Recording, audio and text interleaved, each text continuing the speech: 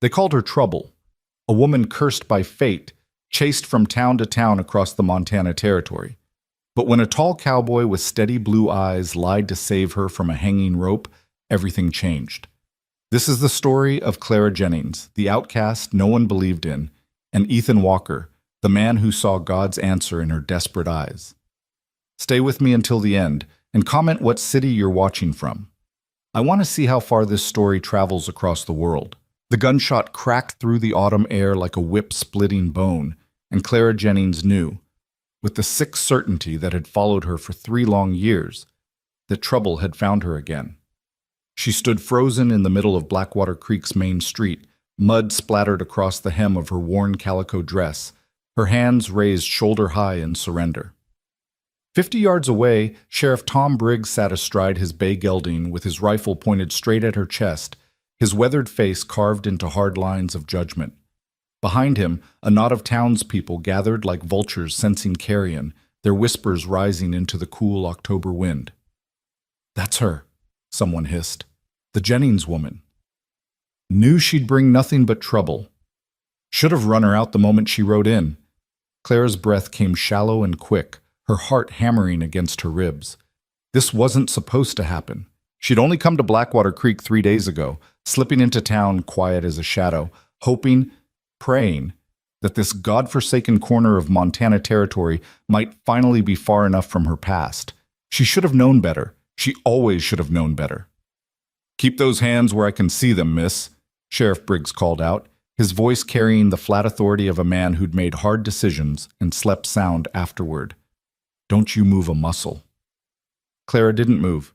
She'd learned long ago that sudden movements around frightened men with guns only ended one way. Instead, she focused on breathing, on keeping her voice steady when she finally spoke. "Sheriff, I think there's been a mistake." "No mistake." The voice came from beside the sheriff, and Clara's stomach dropped as Harold McCaffrey urged his black stallion forward. The rancher was a thick-built man in his 50s, with silver threading through his dark hair and cold calculation in his pale eyes. He owned half the grazing land around Blackwater Creek and had the sheriff in his pocket. Everyone knew it, even if no one dared say it out loud. "That's my horse she's got tied behind the mercantile. Stole him right out of my north pasture yesterday evening." "I didn't steal anything," Clara said, fighting to keep the tremor out of her voice. "I don't even know what horse you're talking about." "The bay stallion with the white blaze," McCaffrey said smoothly, his eyes never leaving hers. "Worth $300 if he's worth a dime. You took him, and you're going to hang for it." The crowd's murmur grew louder, uglier. Clara recognized the sound. She'd heard it before in other towns, other confrontations. It was the sound of people convincing themselves that violence was justice, that cruelty was righteousness. "Check behind Sullivan's mercantiles," McCaffrey told the sheriff. "You'll find the horse exactly where I said." 2 deputies dismounted and disappeared down the alley beside the mercantile. Clara's mind raced. She had no horse behind that building. She'd sold her own mare 2 days ago just to afford a room at the boarding house and a hot meal. But she knew with sinking certainty that McCaffrey's stallion would be there anyway, tied and waiting like evidence at a trial she'd never get. This was a setup, but why?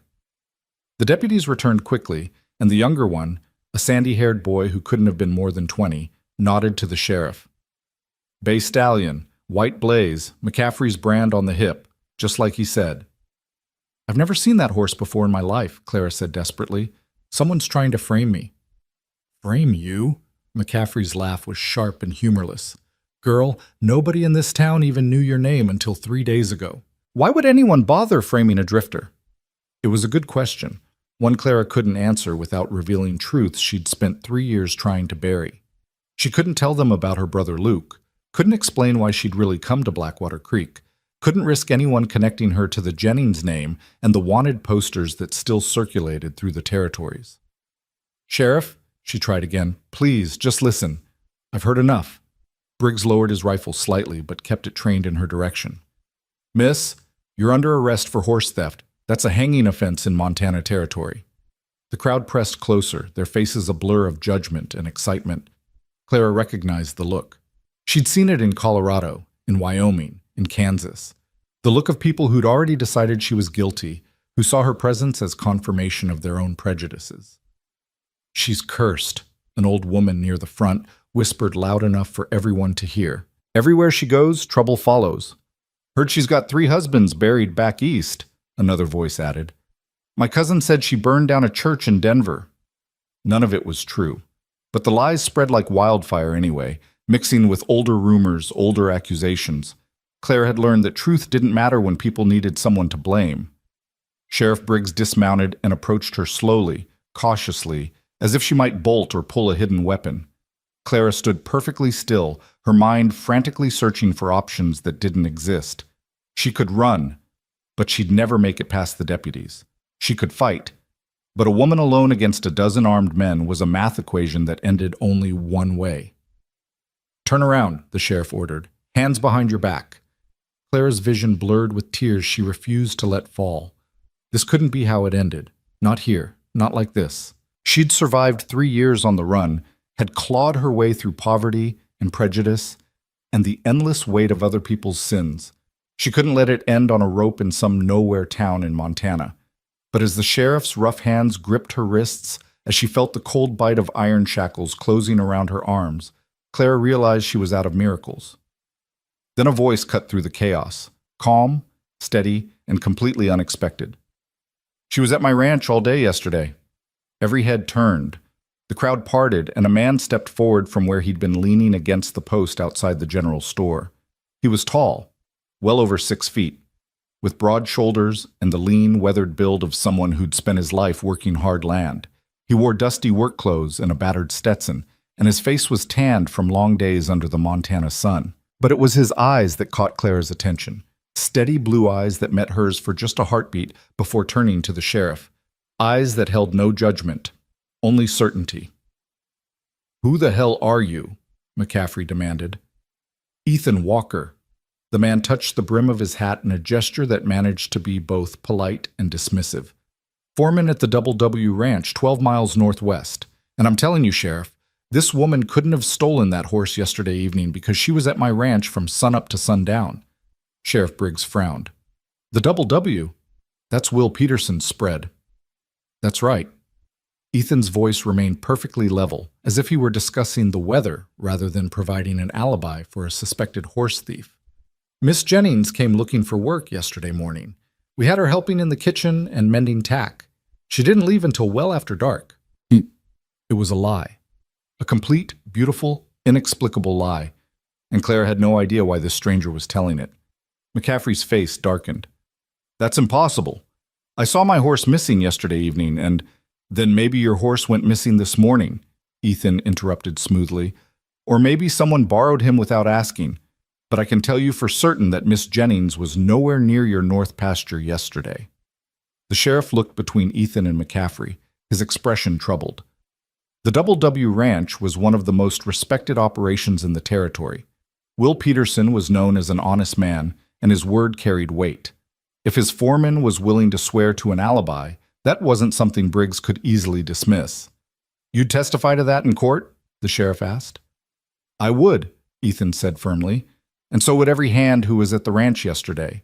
We had 6 men working, and they all saw Miss Jennings there. Clara's breath caught in her throat. This man, this complete stranger, was risking his reputation, possibly his freedom, to save her. But why? They'd never met. She'd never set foot on the Double W Ranch. He had absolutely no reason to lie for her. Unless he knew something, unless he'd recognized her somehow, connected her to Luke, to the past she'd been running from. McCaffrey's jaw clenched. This is convenient, Walker. Real convenient. A drifter shows up in town, my horse gets stolen, and suddenly she's got the foreman of the Double W vouching for her? I don't deal in convenience, McCaffrey, Ethan said quietly. I deal in truth.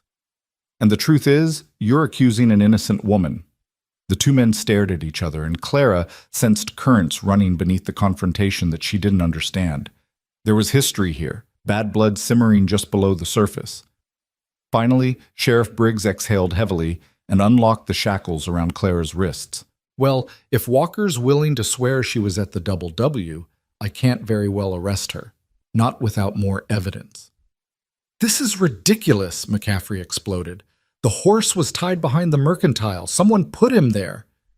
Then maybe you should figure out who, Ethan suggested mildly, before you go accusing innocent people. McCaffrey's face flushed dark red, but he bit back whatever retort had been forming. Instead, he wheeled his stallion around and jabbed his spurs hard into the animal's flanks, sending him lunging forward through the crowd. His deputies followed, and gradually the townspeople began to disperse, though Clara could feel their stares lingering on her back like physical touches. The sheriff studied Clara for a long moment, his expression unreadable. "I'd suggest you stay out of trouble, miss. Blackwater Creek isn't fond of drifters, and if anything else goes wrong, I won't be so quick to believe convenient alibis." "Understood, Sheriff," Clara managed. Her voice sounded strange to her own ears, thin and distant. Briggs nodded and mounted his horse, leaving Clara standing alone in the street with the stranger who'd just saved her life. For a long moment, neither of them spoke. Clara rubbed her wrists where the shackles had bitten into her skin, trying to organize her scattered thoughts into something coherent. Around them, Blackwater Creek settled back into its normal rhythms, horses clopping past, shopkeepers returning to their stores, the piano in the saloon resuming its tinny melody. Finally, Clara found her voice. "Why?" Ethan Walker turned those steady blue eyes on her, and for the first time she saw something flicker in their depths. Not suspicion or judgment, but something that looked almost like recognition. "Because you looked like someone who deserved a second chance," he said simply. "You don't know me," Clara said. "You don't know anything about me." "I know enough." Ethan glanced toward the end of the street where McCaffrey had disappeared. "And I know Harold McCaffrey. If he's trying to railroad someone, there's usually a reason, and it's never a good one. That doesn't explain why you'd risk your reputation to save a stranger." Ethan was quiet for a moment, his gaze distant. When he spoke again, his voice was softer, almost meditative. 6 months ago, I was caught in a blizzard up in the high country. My horse went down, and I was sure I'd freeze to death before morning. I prayed, really prayed, for the first time in years. Asked God to show me why he'd spare my life if he did. He looked at Clara directly. "When I saw you in that street, with that mob ready to hang you for something you didn't do, I heard an answer. Maybe this is why." Clara stared at him, unsure whether to laugh or cry. "You think God sent you to save me?" "I think," Ethan said carefully, "that sometimes we're put in places where we can do the right thing. And sometimes the right thing is standing between an innocent person and a rope." "I'm not innocent," Clara said before she could stop herself. Something shifted in Ethan's expression. Not judgment, but understanding. "None of us are, Miss Jennings, but that doesn't mean we deserve to hang for crimes we didn't commit." The way he said her name, with such certainty, made Clara's blood run cold. "How do you know my name?" "The sheriff said it when he was arresting you." It was true, but Clara didn't quite believe it. There was something in Ethan Walker's eyes, some knowledge that went deeper than a name spoken in the street. "What do you want from me?" she asked warily. "Nothing." Ethan adjusted his hat. "But if you need a place to stay while things cool down, the Double W always needs help. We don't pay much, but it's honest work, and Will Peterson doesn't judge people by their past." "I have a room at the boarding house." "Had a room," Ethan corrected gently. "Mrs. Henderson won't keep a room for someone accused of horse theft, even if the charges didn't stick. The whole town saw what happened here. You'll be lucky if anyone sells you a meal, let alone rents you a bed." Clara's stomach sank because she knew he was right. She'd seen it happen too many times before, the way rumors and accusations clung to a person like tar, staining everything they touched. Even with Ethan's alibi, she'd become the woman who'd been accused, the drifter who'd brought trouble to Blackwater Creek. "So what?" she asked bitterly. "I'm supposed to just leave, run to the next town and wait for the next accusation?" "No," Ethan said firmly. "You're supposed to stay and let people see they were wrong about you. That's how you stop running." "You don't know what you're talking about." "Maybe not." Ethan's tone remained infuriatingly calm. "But I know what I saw in that street just now. I saw a woman who's been running for a long time, and I saw a moment where she decided she was done running. Was I wrong?" Clara wanted to tell him yes, that he was completely wrong, that she'd been ready to bolt the second those shackles came off. But the words stuck in her throat because some small, stubborn part of her, The part that had survived 3 years of running, that had clawed through poverty and loneliness and the endless weight of her brother's sins. That part was so tired of being afraid. "There's something else," Ethan said quietly, glancing around to make sure no one was within earshot. "Something you should know. About why you really came to Blackwater Creek." Clara went very still. "I don't know what you mean." "Luke Jennings," Ethan said, and Clara felt the world tilt sideways. "Your brother, he's alive." The street seemed to spin around her. "That's impossible. Luke was killed in a shootout in Colorado 3 years ago. I saw the bounty notice. You saw what they wanted you to see," Ethan interrupted gently. "Luke's alive, Clara. Wounded, hiding, but alive. And he's at my ranch." Clara couldn't breathe. For 3 years, she'd carried the weight of her brother's death like a stone in her chest. She'd run from town to town, always one step ahead of the men who thought she might know where Luke had hidden his stolen money, always carrying the grief of having lost the only family she had left. And now this stranger was telling her it had all been a lie. "How?" she whispered. "How do you know Luke?" "He showed up at the ranch 2 months ago, half dead from blood loss and fever. Said his name was Luke Martin, but I recognized him from the wanted posters. I should have turned him in." Ethan's jaw tightened. "But he was dying, and something told me he deserved a chance to make things right. So I hit him, nursed him back to health, and then he told me about you, about his sister who'd been on the run, trying to escape the shadow of his mistakes." "Why are you telling me this?" Claire's voice cracked. "Why help us?" "Because Luke made a mistake," Ethan said simply. "A bad one. But he's trying to atone for it, trying to become a better man. And because you don't deserve to pay for his sins. Nobody does." Clara pressed her hand to her mouth, fighting back tears that had been building for 3 long years. Luke was alive. Her brother, her reckless, foolish, beloved brother, was alive. "The horse," she said suddenly. "McCaffrey's horse." "Did Luke?" "No," Ethan said firmly. "That was McCaffrey's doing. He's been trying to run the Double W out of business for months now, buying up water rights and pressuring Peterson to sell. When he found out we'd been sheltering someone, I think he decided to use you to get to us. Frame you for horse theft, then offer to drop the charges if Peterson hands over his land." "That's illegal." "So is half of what McCaffrey does. But he's rich and connected, and out here that counts for more than the law." Ethan's expression hardened. "He's dangerous, Clara. And if you stay in Blackwater Creek, he'll come after you again. Not because you did anything wrong, but because hurting you hurts us." Clara closed her eyes, trying to process everything. 20 minutes ago, she'd been sure she was going to hang. Now she was being told her dead brother was alive, that she'd been framed by a corrupt rancher, and that the only people willing to help her were strangers who had no reason to care. It was too much, too impossible. But when she opened her eyes and looked at Ethan Walker, really looked at him, she didn't see deception or hidden motives. She saw steady certainty, the kind of bone-deep conviction that came from a man who'd made his peace with hard choices. "Why should I trust you?" she asked quietly. "You shouldn't," Ethan admitted. "I'm a stranger who just told you an impossible story. But Clara, your brother is 12 miles from here, and he's been waiting 2 months to see you, to tell you he's sorry, to try and make things right." He held her gaze. "Even if you don't trust me, you owe it to yourself to find out if I'm telling the truth." Clara looked down at her hands, rough, calloused hands that had scrubbed floors and mended clothes and done 100 other desperate jobs just to survive. She thought about the last 3 years, about all the towns she'd fled, all the accusations she'd endured, all the nights she'd lain awake wondering if Luke had suffered when he died. And she thought about what Ethan had said, that sometimes the right thing was standing between an innocent person and a rope. Maybe it was time to stop running. Maybe it was time to stand and fight. "Okay," she said finally. "Take me to my brother." Ethan nodded, a small smile touching his lips. "My horse is at the livery. We can leave as soon as you're ready. I need to get my things from the boarding house."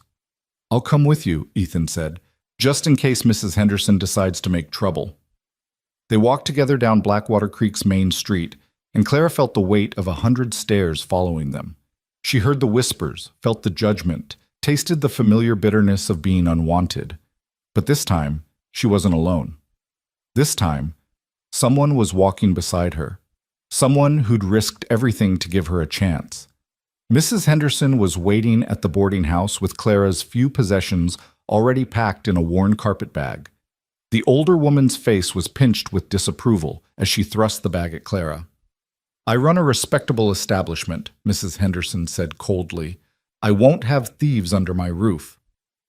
"She's not a thief," Ethan said quietly.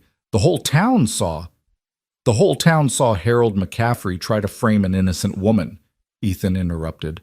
"And if you spread rumors that suggest otherwise, Mrs. Henderson, you might find yourself answering questions about where you were when that horse got tied behind the mercantile."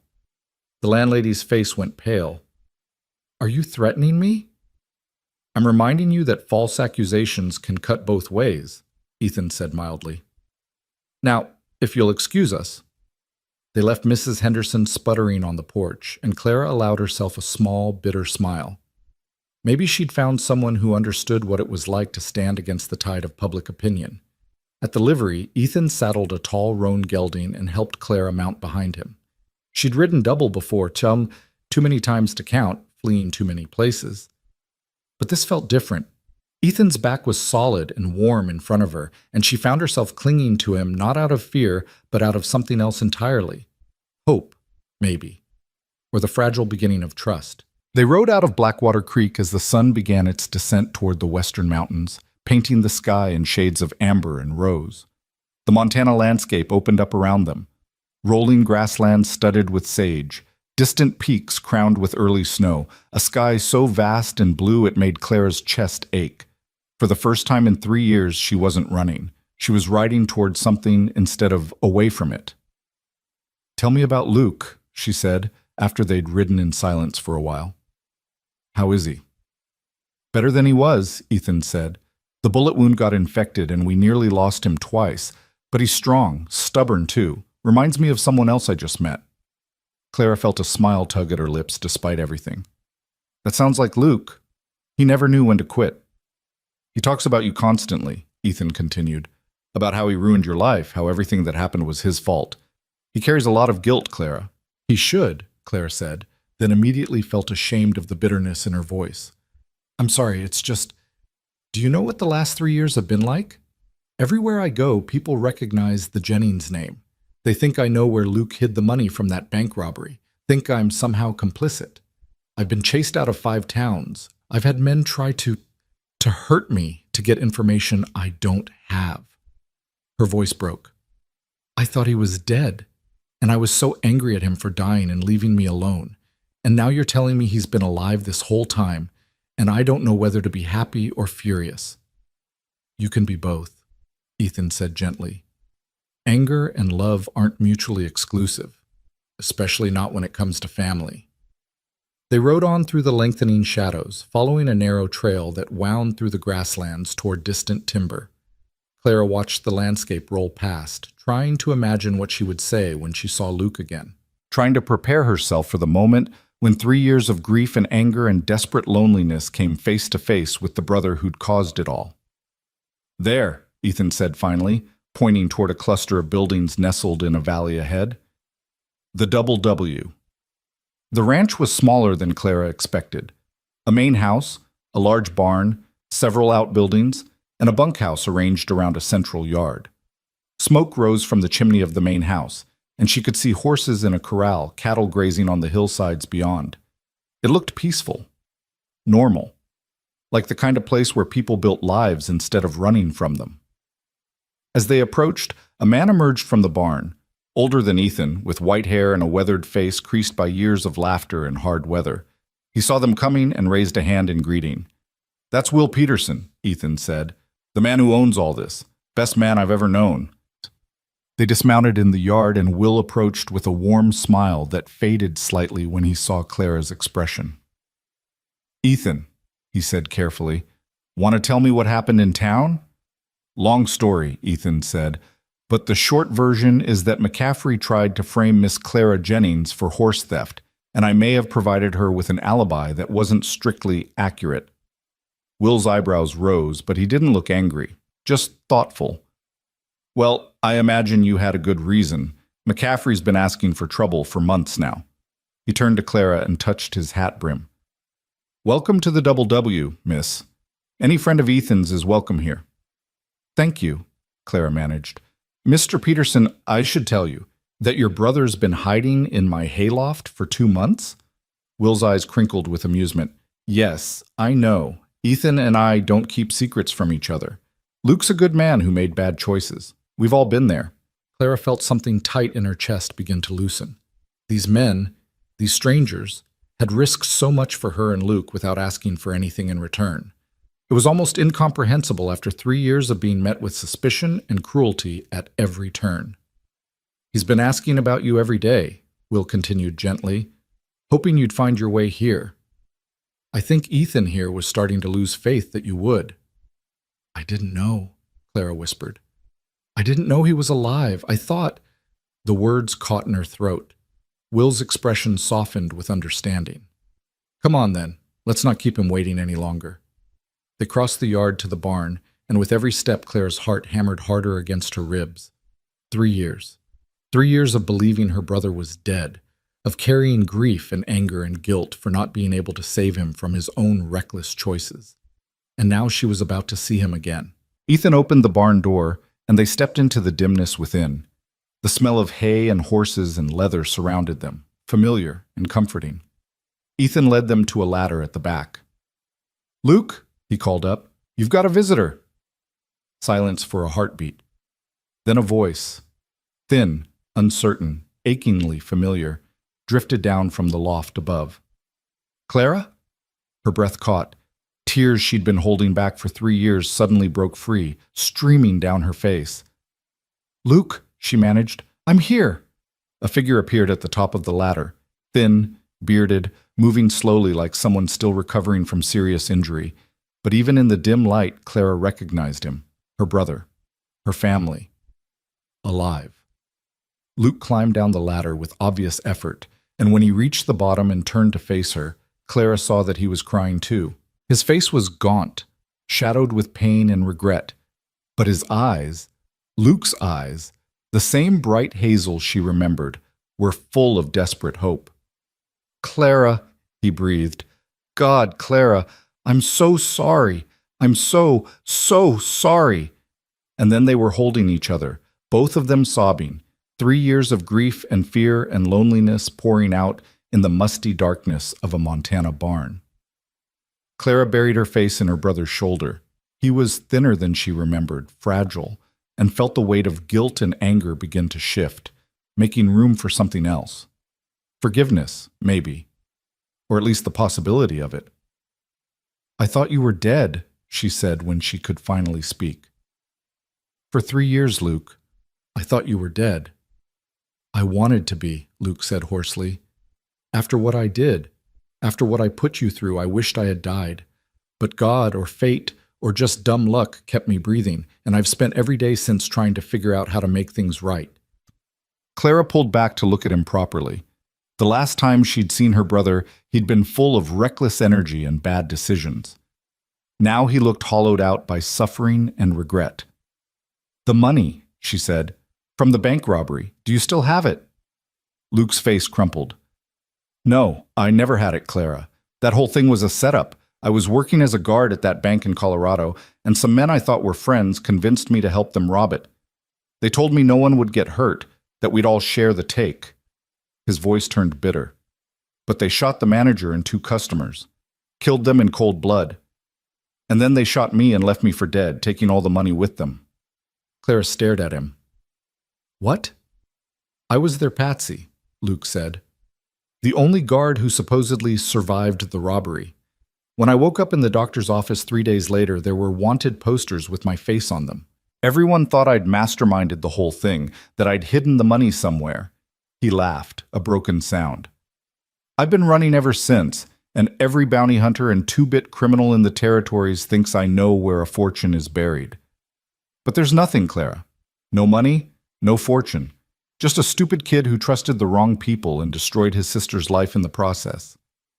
Clara felt the last 3 years rearranged themselves in her mind, all the assumptions and accusations shifting into a new, terrible pattern. Luke hadn't betrayed anyone, he'd been betrayed.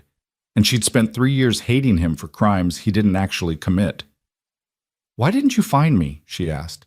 "Why didn't you tell me you were alive?" "Because I didn't want them to find you," Luke said desperately. "The men who actually robbed that bank, they know I have a sister. I figured if they thought I was dead, they'd leave you alone. I never wanted you dragged into this, Clara. Never." "You're an idiot," Clara said, but there was no heat in it, just exhaustion and the faint stirrings of relief. "A noble, self-sacrificing idiot." "That's fair," Luke admitted. They stood there in the barn, brother and sister reunited after 3 years of loss and lies, neither quite sure what to say next. Finally, Clara became aware of Ethan and Will watching from a respectful distance, giving them space but remaining close in case they were needed. "These men," Clara said quietly, "Ethan and Mr. Peterson, they saved your life." "I know," Luke said. "I owe them everything. Hell, I owe Ethan my soul. He could have turned me in, collected the bounty, been set for life. Instead, he hid me, nursed me back to health, and never asked for a thing in return." Clara looked over at Ethan, who was watching them with those steady blue eyes. He met her gaze and nodded slightly, as if to say, "This is why." "McCaffrey tried to frame me for horse theft today," Clara said to Luke. "Ethan lied to save me, gave me an alibi that put me at this ranch when the horse was supposedly stolen." Luke's face darkened. "McCaffrey knows about me. He's been sniffing around, asking questions. I think he's figured out that Will is protecting someone, and he's trying to use that as leverage." "That's about the size of it," Will said, stepping forward. "Harold McCaffrey wants my water rights, and he's not above blackmail or worse to get them. If he can prove I'm harboring a wanted man, he can force me to sell. Or worse, have the ranch seized by the territorial authorities." "Then Luke needs to leave," Clara said immediately. "We both do. If we're gone, McCaffrey has no leverage." "No," Ethan said firmly. "Running won't solve this. McCaffrey will just find another way to come after Will, and you'll spend the rest of your lives looking over your shoulders." "What choice do we have?" Clara demanded. "Turn Luke over to the law. He'll hang for crimes he didn't commit." "There's another option," Will said thoughtfully. "We fight back. We find the men who actually robbed that bank and make them confess. Clear Luke's name properly." "That's impossible," Luke said flatly. "Those men are probably long gone, and even if we could find them, why would they confess?" "Maybe they wouldn't," Ethan agreed. "But here's what I know about men like that. They don't disappear. They stay in the territories, spending their ill-gotten money, looking for the next score. And men who talk in saloons eventually say things they shouldn't." "It would take months to track them down," Clara protested. "Maybe years. And in the meantime, we're sitting ducks for McCaffrey." "So we deal with McCaffrey first," Ethan said. "Make it clear that coming after the Double W or anyone associated with it is a losing proposition." "How?" Clara asked skeptically. Ethan's expression hardened. "By standing together, by refusing to be intimidated, and by making sure everyone in Blackwater Creek knows that Harold McCaffrey tried to frame an innocent woman." He looked at Clara. "You wanted to stop running. This is what that looks like." Clara felt the weight of his words settle over her.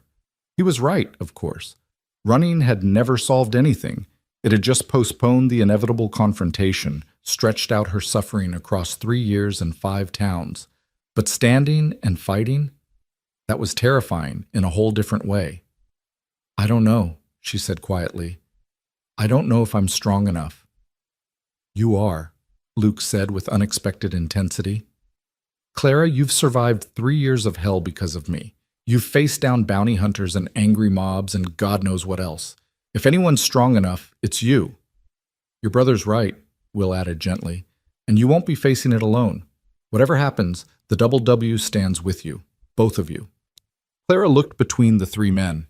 Her brother, damaged and desperate to make amends, Will Peterson, who'd opened his home to strangers, and Ethan Walker, The man who'd lied to save her life and then offered her something she hadn't dared hope for in 3 long years. A chance. A real chance to stop running and start living. "Okay," she said finally. "Okay. We stand and fight." Ethan smiled. A genuine, warm smile that transformed his face. "Good. Then tomorrow, we start making a plan." They moved from the barn to the main house, where Will's wife, Martha, a practical woman with kind eyes and flour on her apron, immediately took Clara under her wing. She showed her to a small but clean room upstairs, brought her fresh clothes and hot water for washing, and refused to hear any objections when Clara tried to protest the generosity. "Ethan says you've had a hard day," Martha said simply, "and anyone Ethan vouches for is family here. Now wash up, and I'll have supper ready in an hour." Later, sitting around the Petersons' dinner table with Luke, Ethan, Will, and Martha, Clara realized she couldn't remember the last time she'd felt this safe. The food was simple but plentiful. Roast beef, potatoes, fresh bread, and the conversation flowed easily around her. No one pressed her for details about her past. No one looked at her with suspicion or judgment. For the first time in 3 years, Claire Jennings felt like a person instead of a problem. After dinner, Ethan walked her out to the porch while the others cleaned up. The Montana night had settled cool and clear, stars scattered across the sky in impossible abundance.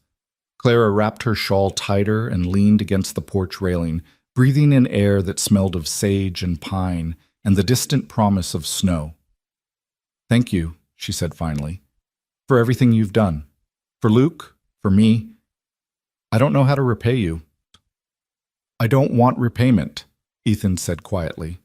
He stood beside her, close enough that she could feel the warmth radiating from him in the cool night. "I told you why I did it." "Because you think God sent you to save me," Clara said, and she couldn't keep the skepticism from her voice. "Because I think sometimes we're given chances to do the right thing," Ethan corrected, "and I've learned not to question those moments too closely." Clara was quiet for a long moment, studying his profile in the starlight. "Who are you, Ethan Walker? Really?" "Just a man trying to figure out his purpose," Ethan said.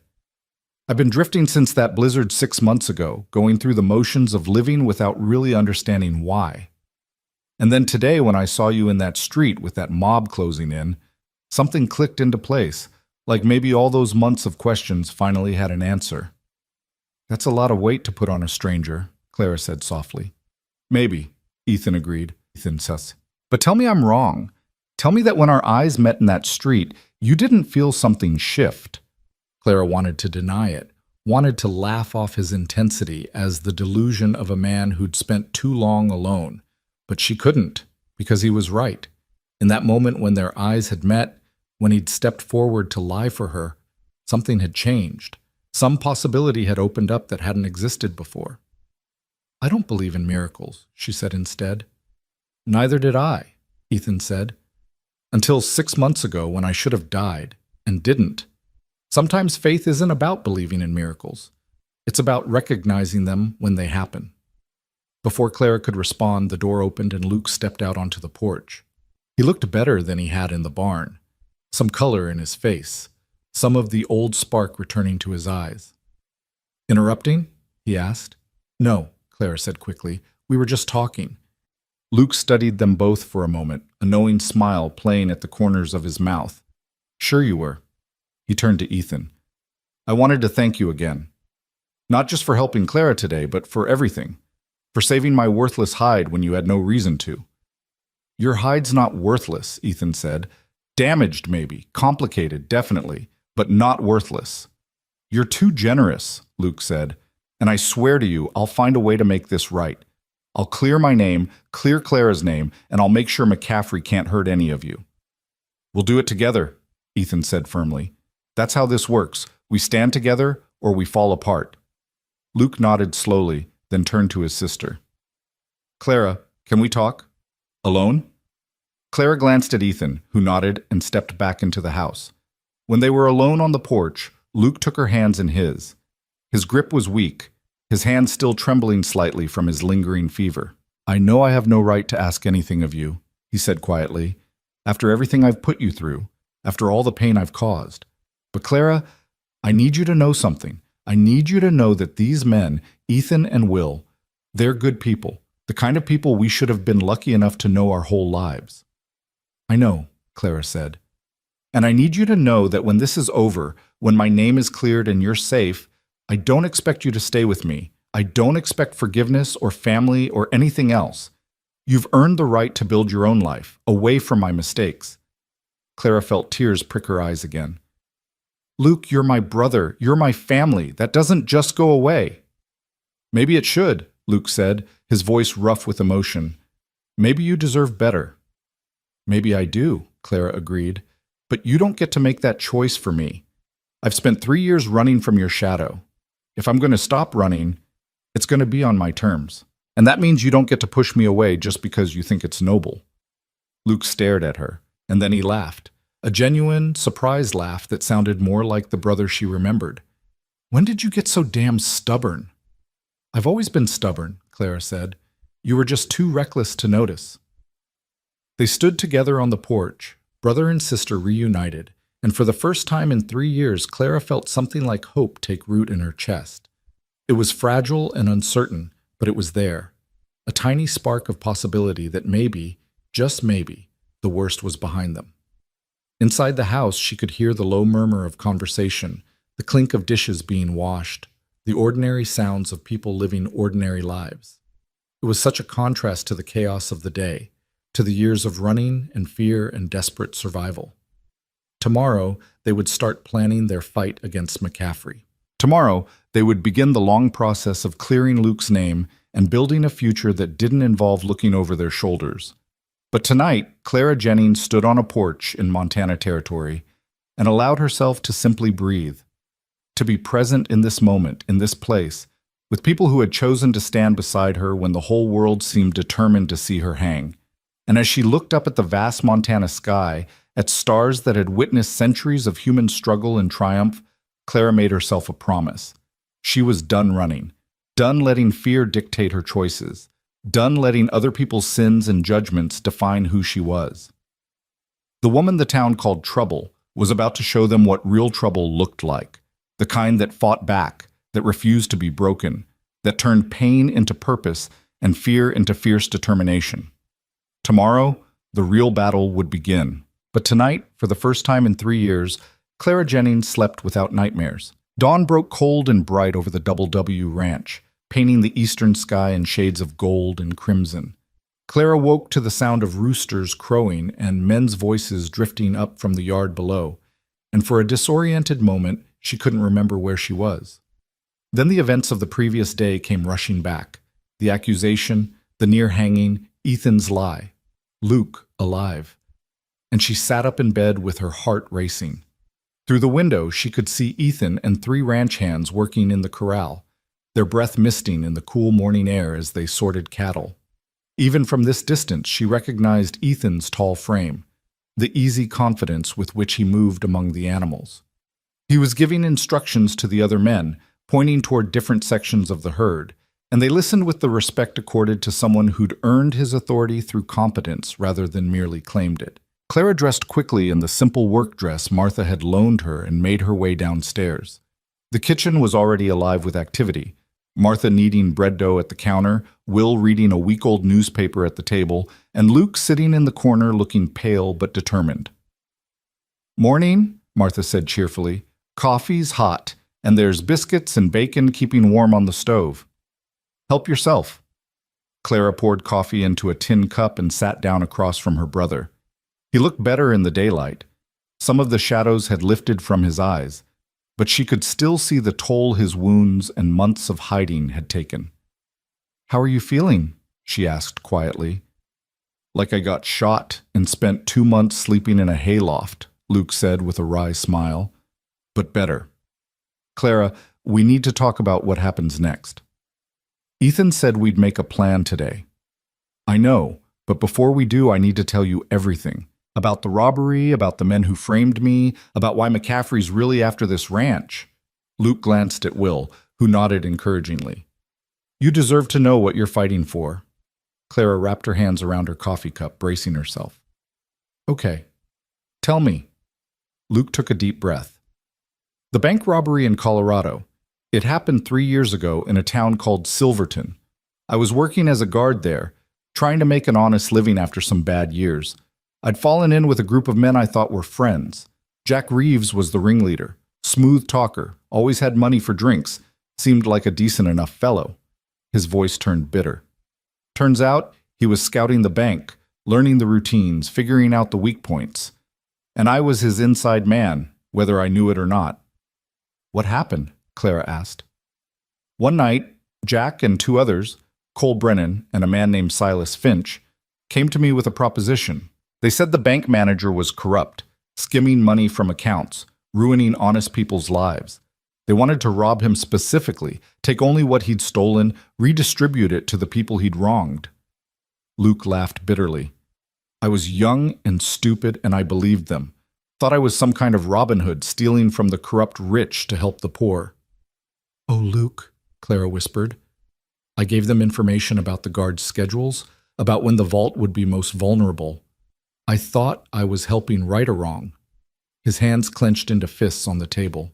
But on the night of the robbery, everything went sideways. The manager wasn't corrupt. He was just a family man trying to do his job. When he tried to stop them, Jack shot him. Then he shot 2 customers who'd seen their faces, and then they shot me and left me bleeding on the floor with the safe empty and blood everywhere. Will reached over and squeezed Luke's shoulder. You couldn't have known. I should have known, Luke said harshly.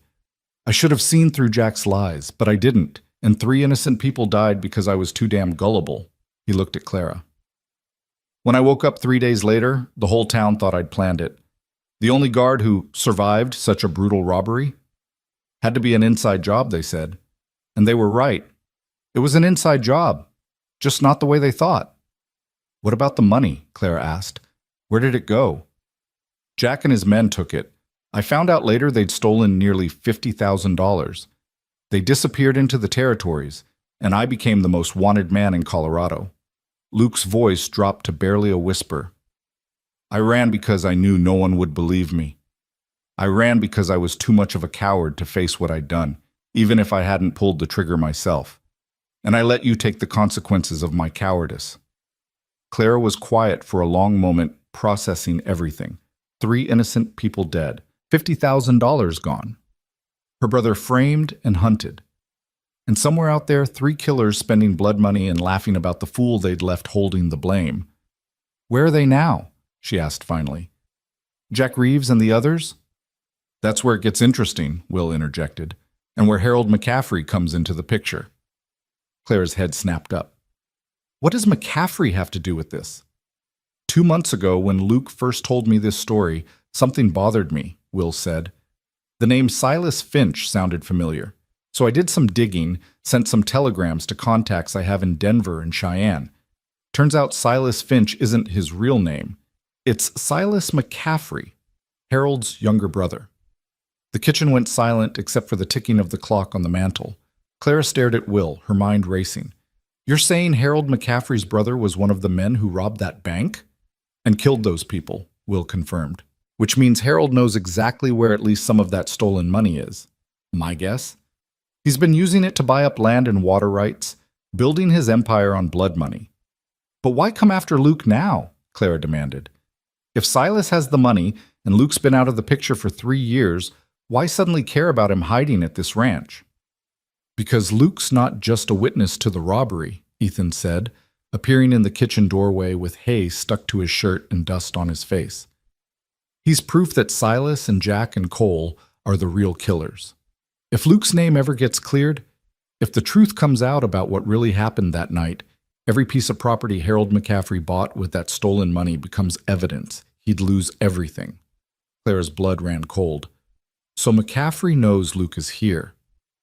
He suspects, Ethan corrected. He doesn't have proof yet, but he's been watching the ranch, asking questions in town, trying to force Will's hand. Yesterday, when you rode into Blackwater Creek, he saw an opportunity. Frame you for horse theft, use you as leverage against us. But it didn't work, Clara said slowly. Because you lied for me. Which means McCaffrey knows we're protecting something, Will said grimly. He just doesn't know exactly what. But he'll keep pushing until he figures it out. Clara stood up abruptly, pacing to the window. Outside, the ranch hands were leading horses toward the barn, preparing for a day's work. Everything looked so normal, so peaceful, but underneath that peaceful surface, a war was brewing. "So what do we do?" she asked. "We can't fight McCaffrey directly. He's rich, connected, and he has the law on his side." "We do what should have been done 3 years ago," Ethan said firmly. "We find Jack Reeves and Cole Brennan. We make them confess, and we clear Luke's name with the truth." "That's impossible," Luke protested. "Those men could be anywhere in the territories by now. We don't have resources to track them down, and even if we did, why would they confess to murders they've gotten away with?" "Because men like that don't just disappear," Ethan said. "They stay in the game. They drink in saloons and play cards in back rooms and brag about their exploits when they think no one's listening, and every man has a weakness we can exploit." "You sound like you've done this before," Clara observed. Ethan's expression darkened slightly. "I have. Before I came to the Double W, I worked as a bounty hunter for 5 years. I know how to track men who don't want to be found, and I know how to make them talk when I find them." There was something hard in his voice, something that spoke of a past Clara didn't fully understand. She found herself wondering what had driven Ethan from bounty hunting to ranch work, what shadows he carried beneath that steady, calm exterior. "Even if we could track them down," Luke said, "we'd need proof. Confessions alone won't clear my name. We'd need evidence that ties them to the crime." "The money," Martha said suddenly. Everyone turned to look at her. She wiped flour from her hands and met their gazes steadily. "If Silas McCaffrey has been using the stolen money, there's a paper trail. Bank deposits, land purchases, wire transfers. Find the money, and you find the proof." "Martha's right," Will said. "Harold's been buying up property for the past 2 years, paying cash for prime land that should have been out of his price range. If we can prove that money came from the Silverton robbery, we can connect him to Silas and the murders." "How do we get access to his bank records?" Clara asked. "Carefully," Ethan said. "And probably not legally, but I know someone in town who might be willing to help. Abigail Thornton. She works as a clerk in the Territorial Bank. She's got no love for McCaffrey after he tried to foreclose on her father's farm last year." "You're talking about breaking the law," Luke said incredulously. "After everything we've just discussed about clearing my name legally."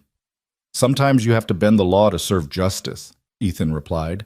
"And I'd rather face charges for stealing bank records than watch you hang for crimes you didn't commit." Clara looked at this man who'd already risked so much for them. His reputation, his freedom, his very life if things went wrong. "Why?" she asked softly. "Why would you risk all of this for us?" Ethan met her eyes, and something passed between them, an understanding that went deeper than words. "Because 3 years ago, you lost everything to protect your brother. You've been running and suffering and carrying guilt that wasn't yours to carry. Someone needs to stand up for you, Clara. Someone needs to fight for the justice you deserve." The intensity in his voice, in his eyes, made Clara's breath catch. This wasn't just about clearing Luke's name or stopping McCaffrey. This was personal for Ethan in a way she was only beginning to understand. "We'll need a plan," Will said, breaking the charged moment. "A real one, not just hope and good intentions. If we're going after Harold McCaffrey, we need to be smart about it." They spent the next 3 hours around the kitchen table, plotting and planning. Ethan would ride into town and make contact with Abigail Thornton, feel out whether she'd be willing to help access McCaffrey's bank records. Will would send telegrams to his contacts in Colorado, requesting copies of any official documents related to the Silverton robbery. Luke would stay hidden at the ranch, but work on writing down everything he remembered about Jack Reeves and Cole Brennan. Their habits, their associates, anything that might help track them down. And Clara would ride into Blackwater Creek with Ethan, showing the town that she wasn't afraid of their judgment. Showing McCaffrey that his attempt to frame her had failed. "Are you sure about this?" Ethan asked her as they prepared to leave later that morning. "Going back into town so soon after yesterday? People won't have forgotten." "I'm sure," Clara said, checking the cinch on the horse Will had loaned her, a steady gray mare named Silver. "If I hide out here, McCaffrey wins. He gets to paint me as guilty without a trial, and the town gets to believe their worst assumptions about me. I won't give them that satisfaction. Ethan smiled, a genuine expression of admiration. You're braver than you know. Or more stubborn than I should be, Clara countered. There's a fine line. They rode out as the morning sun climbed higher, following the same trail they'd taken the day before but in reverse. The Montana landscape stretched vast and beautiful around them, but Clara barely noticed. Her mind was too busy turning over the revelations of the morning, trying to fit all the pieces together. Can I ask you something? She said, after they'd ridden in silence for a while. Anything. You said you used to be a bounty hunter. What made you stop? Ethan was quiet for so long that Clara thought he might not answer. Then he sighed, his shoulders tensing with some old pain. 5 years ago, I was tracking a man named Thomas Wright. He'd robbed a stage and shot the driver. $300 bounty on his head, dead or alive. Ethan's voice was flat, carefully controlled. I tracked him for 2 weeks through Wyoming territory, finally cornered him in a canyon near Laramie. He drew on me, and I shot him. Clean kill, right through the heart. He paused, and Clara waited. Turned out Thomas Wright had a wife and 3 kids. The stage robbery? He'd done it to pay for medicine for his sick daughter. The driver he shot? That was self-defense. The driver had pulled a gun first, thinking Wright was trying to rob him. Ethan's jaw tightened. I collected my bounty.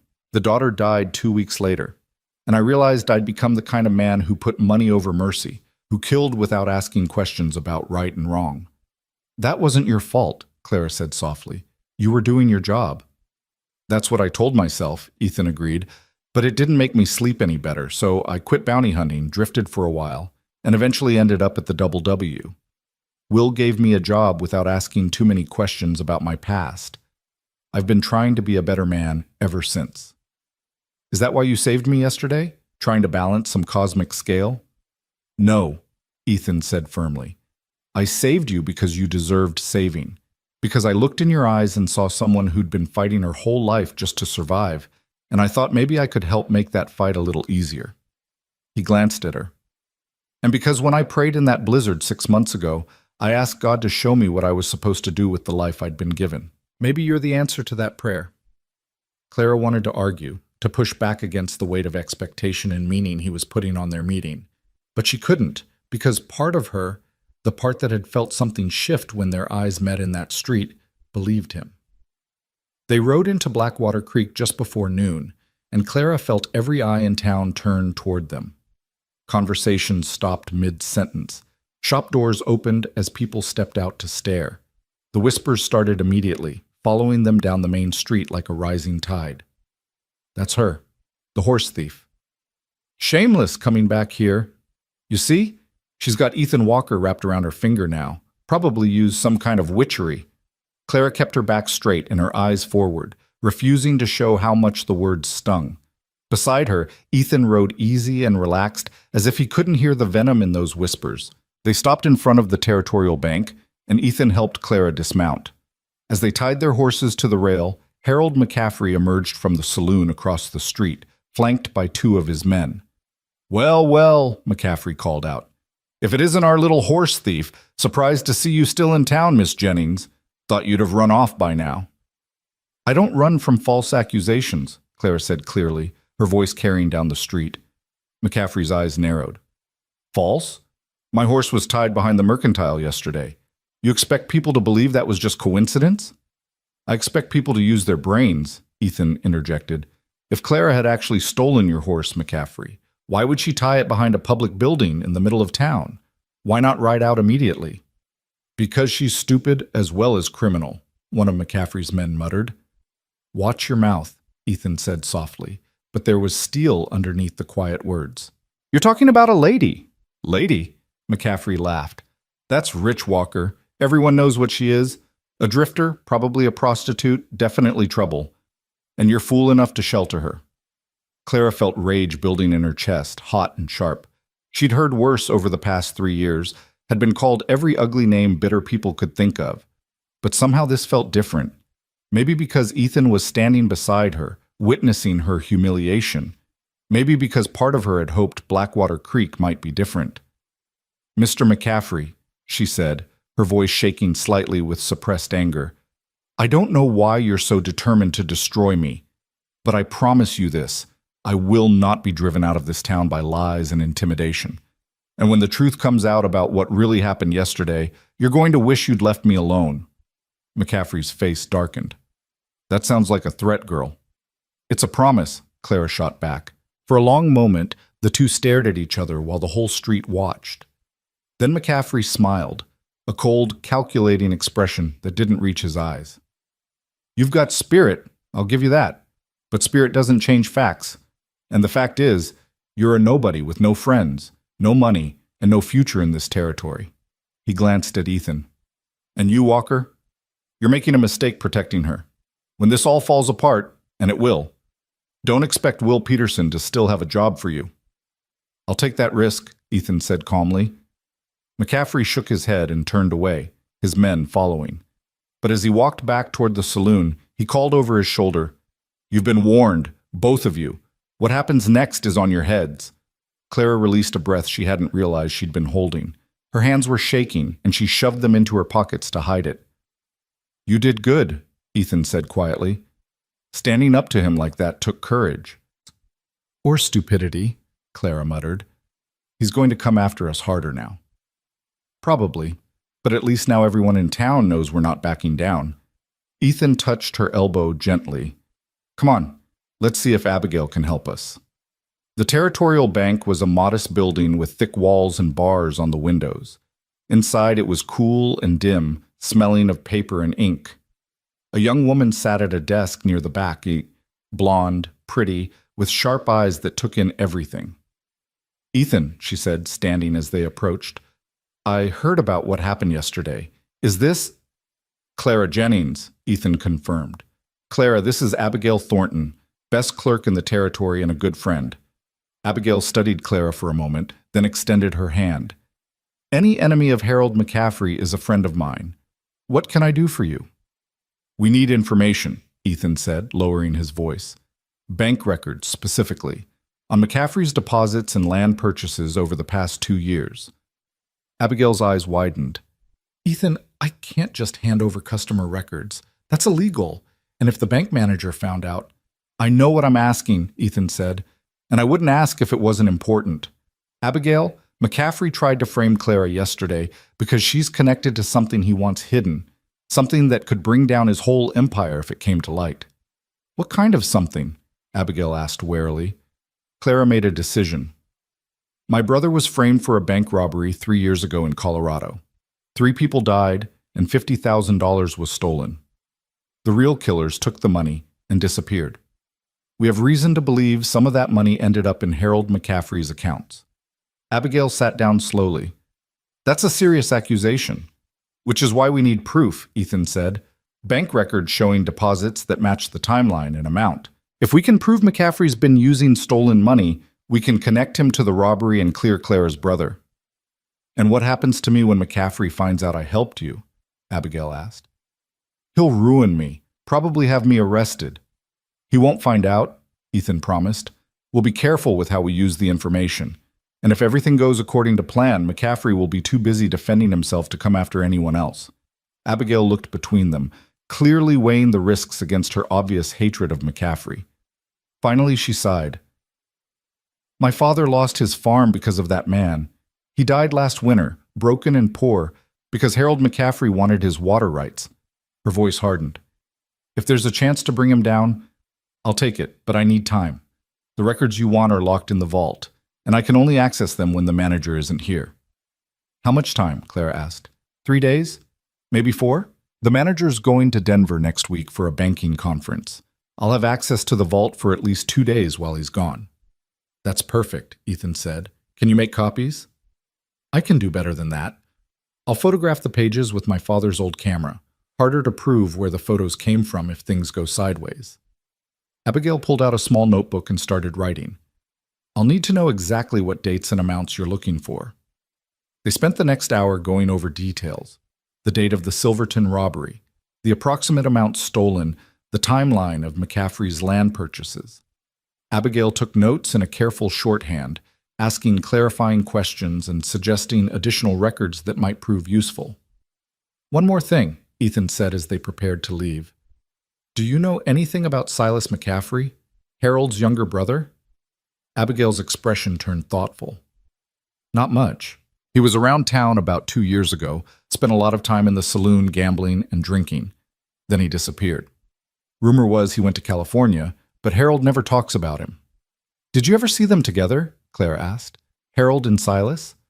A few times. They'd meet at the saloon or the hotel, always in private rooms. Harold seemed nervous around Silas, like he was afraid of him, or maybe afraid of what Silas knew. Abigail looked up. You think Silas is involved in the robbery?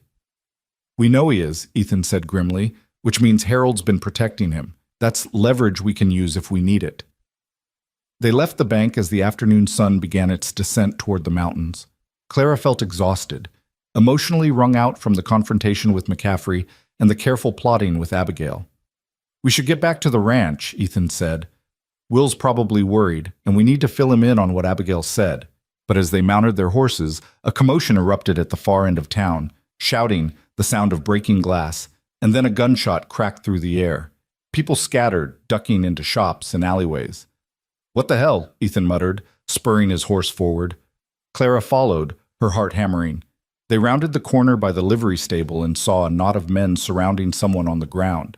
As they pushed through the crowd, Clara's blood turned to ice. Luke lay in the dirt, blood streaming from a cut above his eye, his hands raised defensively as 3 of McCaffrey's men stood over him with drawn guns. No! Clara screamed, leaping from her horse and running toward her brother. Ethan was faster, putting himself between Luke and the armed men. What the hell do you think you're doing? Collecting a bounty? One of the men said, grinning. This here's Luke Jennings, wanted for bank robbery and murder. $300, dead or alive. That's not... Clara started, but Ethan cut her off with a sharp gesture. You've got the wrong man, Ethan said coldly. This is Luke Martin, one of Will Peterson's ranch hands. He's been working at the Double W for 2 months. Funny how he looks exactly like the man on this wanted poster, another man said, pulling a crumpled paper from his pocket. Same age, same description, same scar on his left hand. Clara's mind raced. Luke must have come into town looking for her, worried when she didn't return immediately, and somehow McCaffrey's men had recognized him. Sheriff Briggs pushed through the crowd, his expression grim. What's going on here? We caught Luke Jennings, Sheriff, the first man said eagerly.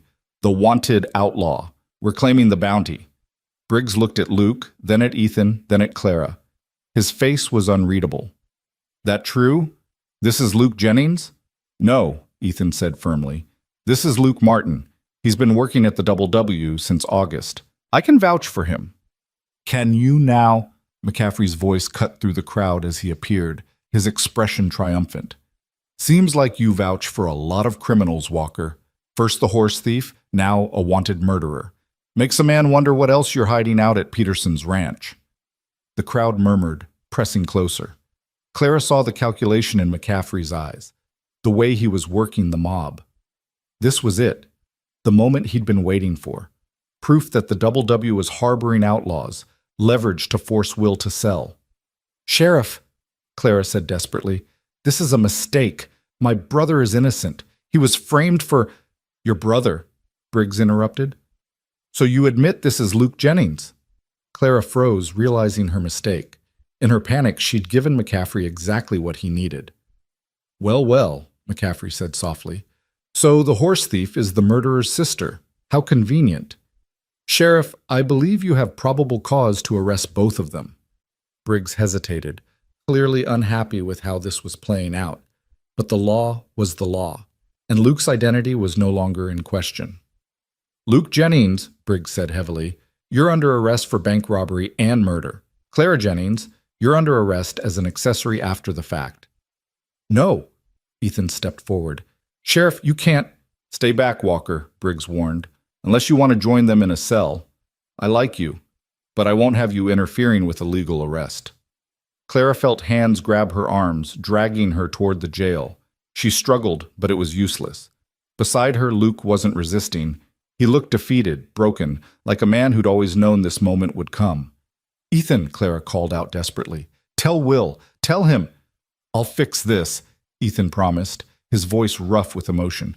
Clara, I swear to you, I'll fix this. But as the jail door slammed shut behind them, as Clara and Luke were shoved into separate cells and the key turned in the lock, she couldn't see how anyone could fix this. They'd been so careful, so clever with their planning. And in one impulsive moment, Luke coming to town, Clara calling him her brother, they'd handed McCaffrey everything he needed to destroy them. Through the barred window, Clara could see the sun sinking toward the mountains, painting the sky blood red. It felt like an omen. In the cell next to hers, she heard Luke start to cry. Deep, wrenching sobs of a man who'd tried so hard to protect his sister and had only managed to condemn her instead.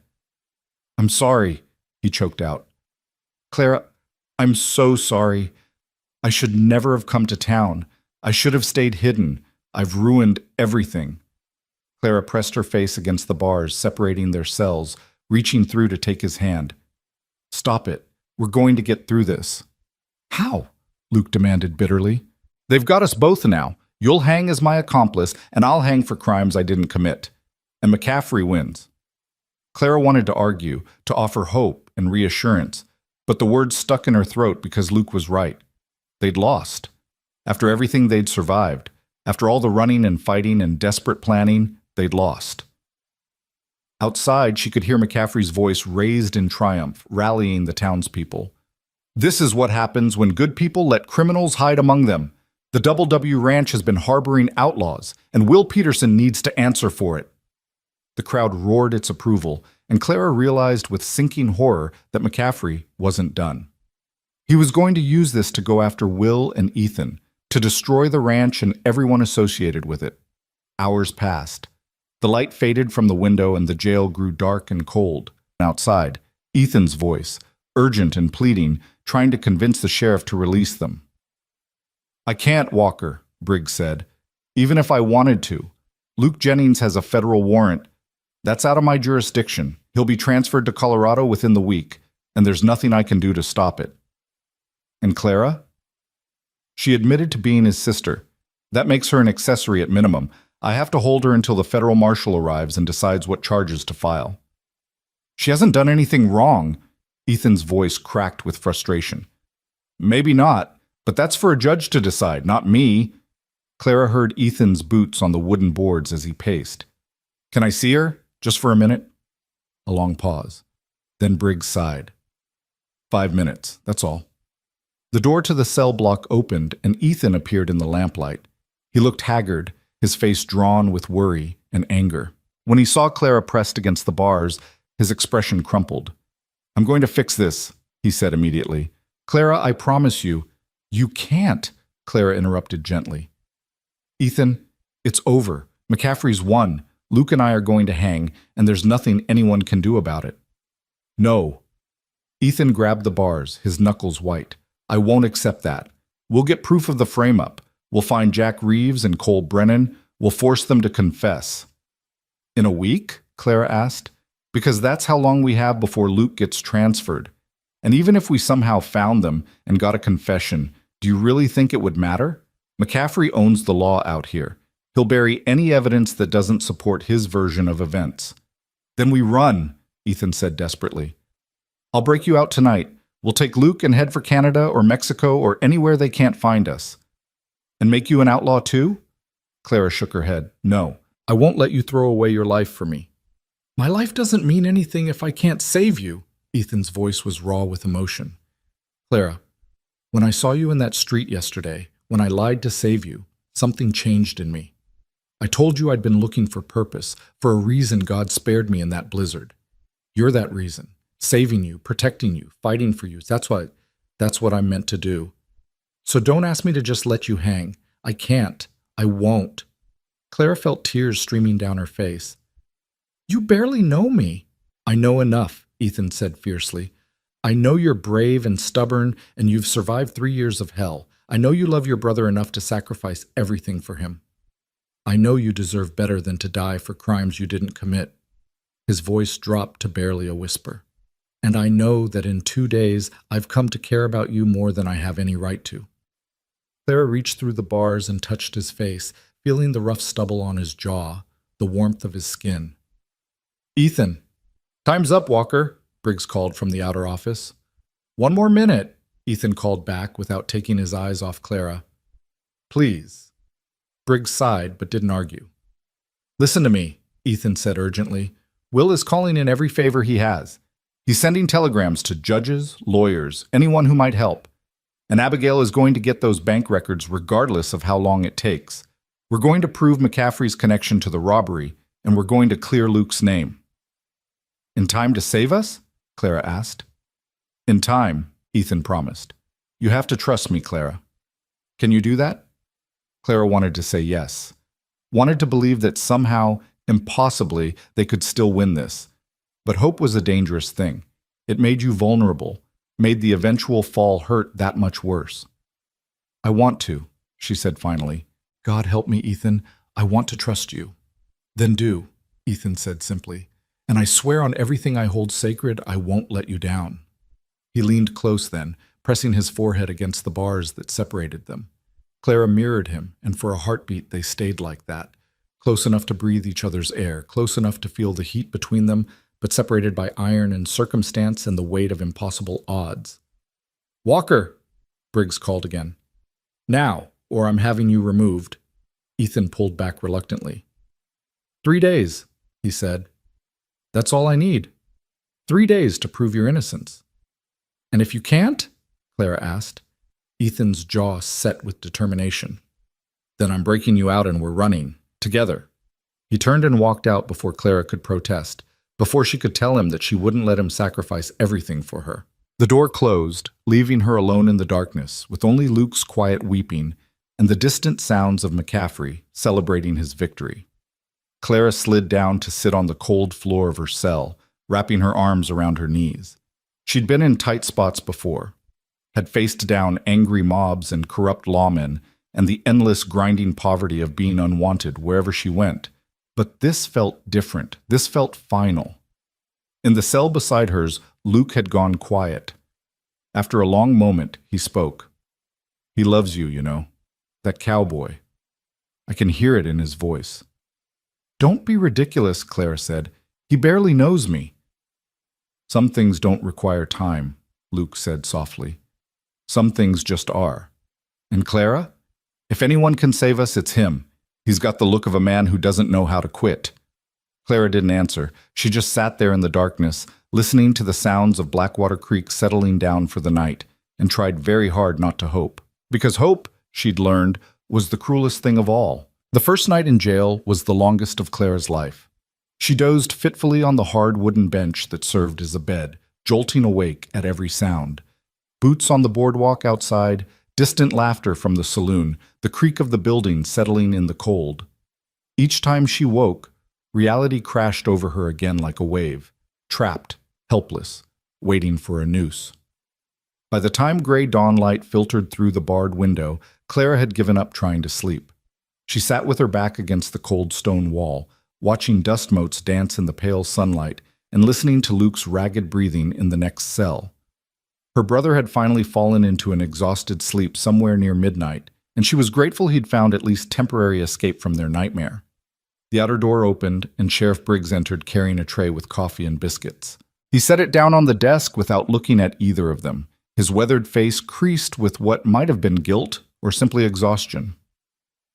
Eat something, he said gruffly, sliding tin plates through the slot at the bottom of each cell door. Federal marshals expected tomorrow or the day after. You'll need your strength.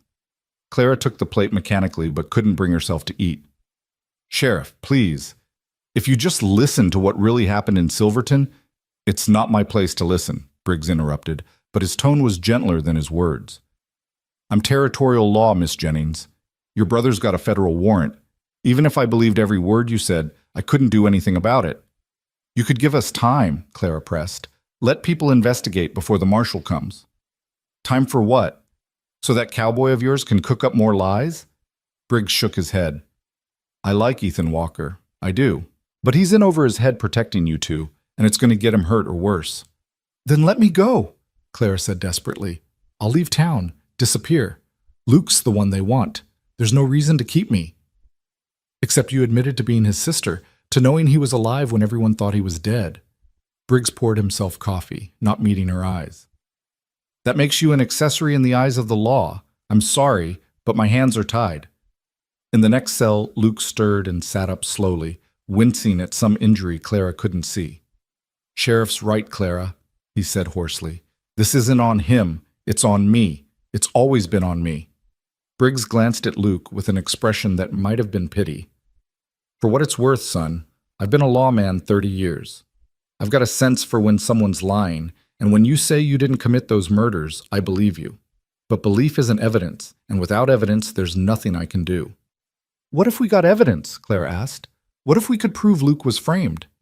"Then you'd take it to a judge in Colorado where the crimes occurred," Briggs said. "But you'd need real proof, not just stories. Confessions from the actual killers, or bank records showing stolen money, or witnesses who saw what really happened." He set down his coffee cup. "And you'd need it before that marshal arrives, which gives you maybe 48 hours. "So you're saying there's a chance," Clara said, latching on to that thin thread of hope. "I'm saying the law allows for new evidence," Briggs corrected carefully. "I'm not saying I expect any to materialize. Harold McCaffrey's been celebrating all night at the saloon, telling everyone how he helped catch a dangerous criminal. He's got the whole town believing you're both guilty as sin." "Of course he does," Luke said bitterly, "because if we hang, his secret stays buried." Briggs frowned. "What secret?" Clara and Luke exchanged glances. They'd been so careful not to reveal McCaffrey's connection to the robbery, knowing that without proof, accusations would only make things worse. But what did they have to lose now? "The men who actually robbed that bank and killed those people," Clara said slowly. "One of them was Silas McCaffrey, Harold's younger brother." The sheriff went very still. "That's a serious accusation." "It's the truth," Luke said. "Silas was calling himself Silas Finch back then, but it was him. I recognized him from a photograph Will Peterson showed me. Harold and Silas together at some cattle auction 5 years ago." Briggs was quiet for a long moment, his expression troubled. "If what you're saying is true, then Harold's been harboring a fugitive, using stolen money for his land purchases. Which is why he's so desperate to see us hang," Clara said. "Dead men can't testify." The sheriff rubbed his face tiredly. "Even if I believed you, and I'm not saying I do, I couldn't investigate Harold McCaffrey without proof. He's got too much power in this territory. I'd be drummed out of office, or worse." "So we're supposed to just accept that we're going to die protecting a corrupt rancher?" Clara demanded. "I'm supposed to uphold the law, as I understand it," Briggs said firmly. "And right now, the law says Luke Jennings is wanted for murder. Everything else is speculation." He moved toward the door, then paused. "But Miss Jennings?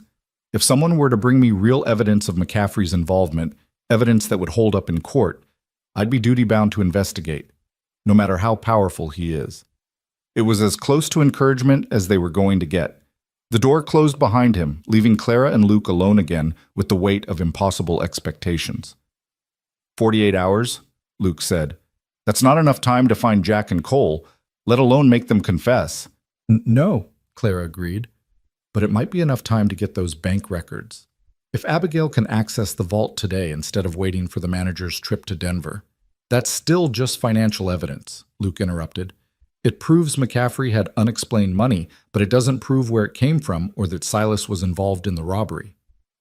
Clara pressed her hands against her eyes, fighting despair. Luke was right. They needed more than bank records. They needed a confession, a witness, something that definitively connected the Silverton robbery to Silas McCaffrey. The morning dragged on with agonizing slowness. Clara heard the town coming to life outside, wagons rattling past, shopkeepers opening for business, children laughing on their way to school. Normal life continuing while she and Luke sat in cells waiting for death. Around midday, the outer door opened again, and Clara's heart leaped at the sound of familiar voices. Ethan and Will pushed past the deputy's weak protests, both men looking like they hadn't slept. 5 minutes, the deputy warned. "Sheriff's orders." Ethan came straight to Clara's cell, his hands gripping the bars. His eyes were bloodshot, his jaw tight with barely controlled emotion. "How are you holding up?" "I've been better," Clara admitted. "Did you—" "We've been working all night," Will interrupted, positioning himself where he could see both Clara and Luke. "Sent telegrams to every contact I have in Colorado, Wyoming, even up in Dakota Territory. Asked about Jack Reeves and Cole Brennan, anyone matching their descriptions. And? Luke asked urgently. Will's expression was grim. Nothing solid yet. A few possible sightings from months ago, but nothing recent. These men know how to disappear. Clara felt hope crumbling. So we're back to the bank records. Abigail's working on it, Ethan said. She's taking a huge risk, but she's determined to help. She's going to access the vault tonight when the bank's closed and the manager's asleep. That's still just financial evidence, Clara said, echoing Luke's earlier concern. It's not enough to prove Luke's innocence. It's a start, Ethan insisted. And while Abigail works on that, I'm going to ride to Silverton myself. There has to be someone there who remembers that night, someone who saw something that didn't make it into the official reports. Silverton's 2 days' ride from here, Luke protested. You'll never make it there and back before the marshal arrives. Then I'll ride hard and sleep light, Ethan said flatly. I'm not giving up, Luke. Not on you, not on Clara, not on justice. Clara felt tears threatening again. Ethan, you can't. I can and I will, he said fiercely. Clara, I told you I'd fix this. I meant it. Time's up, the deputy called from the outer office. 1 more minute, Ethan called back, then lowered his voice. Clara, I need you to hold on. Just hold on for 3 more days. Can you do that? Clara wanted to tell him it was hopeless, that he was chasing shadows while their execution drew closer. But looking into his eyes, seeing the absolute conviction there, the refusal to accept defeat, she found herself nodding. 3 days, she whispered. Ethan reached through the bars and took her hand, his grip warm and strong. When this is over, when you're free, I'm going to ask you something important, and I need you to be alive to answer. Before Clara could respond, the deputy appeared and physically pulled Ethan away from the cell. Out, both of you. Sheriff said 5 minutes, and I meant it. Will squeezed Luke's shoulder through the bars. Stay strong, son. We're not done fighting yet. Then they were gone, leaving Clara with the imprint of Ethan's hand still warm on hers, and questions she couldn't begin to answer burning in her mind. He's going to get himself killed, Luke said quietly. Riding to Silverton alone, asking questions about a 3-year-old robbery. If any of McCaffrey's people find out what he's doing. I know, Clara said, but we can't stop him. Would you want to? Luke asked. Stop him, I mean, if you could. Clara thought about that. No, she admitted, because he's the only hope we have. Him and Will and Abigail. They're the only ones fighting for us. He's fighting for you, Luke corrected gently. I'm just the brother who comes with the package. Don't say that. It's true, though. You see the way he looks at you? That's not a man trying to clear an innocent person's name. That's a man in love. Clara's breath caught. That's ridiculous. He's known me for 2 days. Sometimes 2 days is enough, Luke said. Ma used to say she knew she'd marry Pa the first time she saw him. Took one look across a church social and just knew. His voice turned wistful. I always thought she was exaggerating. But watching Ethan with you, I think maybe Ma was right. Sometimes you just know. Clara didn't trust herself to respond. Instead, she retreated to her bench and tried to find some comfortable position on the hard wood. Outside, she heard a commotion. Raised voices, the sound of horses galloping into town. Then Harold McCaffrey's voice, loud and triumphant. Briggs, Sheriff Briggs, get out here! The sheriff emerged from his office, and Clara pressed her face against the bars to see what was happening. Through the window, she could just make out McCaffrey on his black stallion, surrounded by a half-dozen armed men. He was holding something, a piece of paper that he waved in the air like a trophy. What is it, McCaffrey? Briggs asked wearily. Telegraph from the federal marshal in Cheyenne, McCaffrey announced loudly enough for the gathering crowd to hear. He's sending a man to collect the prisoners. Should arrive tomorrow evening instead of the day after. Seems news of Luke Jennings' capture has generated quite a bit of interest in the territory. Clara's stomach dropped. Tomorrow evening. That gave them less than 30 hours, not 48. Also got some interesting news from Colorado, McCaffrey continued. Turns out there's a reward for information leading to the recovery of that stolen money. $10,000 to anyone who can help locate it. His eyes glinted with malice. Makes a man wonder if the Jennings siblings might be more talkative if they knew they could buy their freedom with the right information. We don't have the money, Luke shouted from his cell.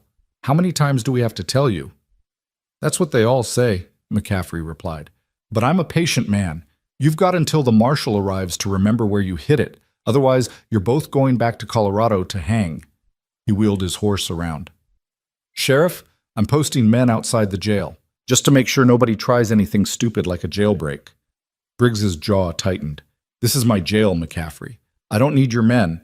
Consider it a courtesy, McCaffrey interrupted smoothly. After all, Luke Jennings is a dangerous criminal. Can't be too careful. He gestured to his men, and 3 of them dismounted and positioned themselves around the jail entrance. As McCaffrey rode off, Briggs turned back to the jail with murder in his eyes. That son of a... He caught himself glancing at Clara through the bars. I apologize for the language, miss, but Harold McCaffrey is making a mockery of territorial law, and I'm about ready to... To what? Clara asked quietly. You said yourself he's too powerful to touch without evidence. Briggs didn't answer, just stalked back into his office and slammed the door. Clara slumped against the wall, trying to process this new timeline. Tomorrow evening, less than 30 hours. Ethan wouldn't even make it to Silverton by then, let alone find evidence and get back. And Abigail couldn't access the vault until tonight at the earliest. They'd run out of time before they'd really begun. Clara, Luke said softly, listen to me. When the marshal comes, I want you to tell him you didn't know I was alive. Tell him you only found out yesterday, that you were as shocked as anyone. I won't lie to save myself while you hang. You have to, Luke insisted. Clara, you've got your whole life ahead of you. You're young, smart, capable. You could build a real life somewhere, away from all this, away from me. Stop it, Clara said fiercely. I'm not abandoning you, Luke. We're in this together. We don't have to be, Luke said desperately. That's what I'm trying to tell you. You can still get out of this. Just tell them I forced you to help me, that you were afraid of me. They'll believe it. I would never... Then do it for Ethan. Luke's voice cracked. Do it for that cowboy who's willing to throw his whole life away to save you. Give him something to fight for that's actually worth the risk.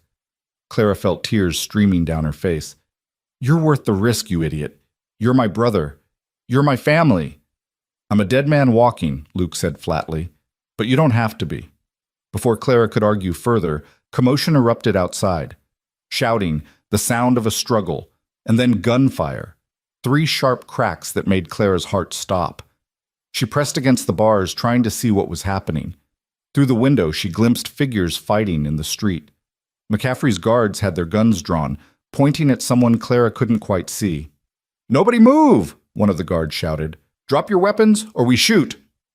Like hell, came a familiar voice. Ethan's voice, rough with fury.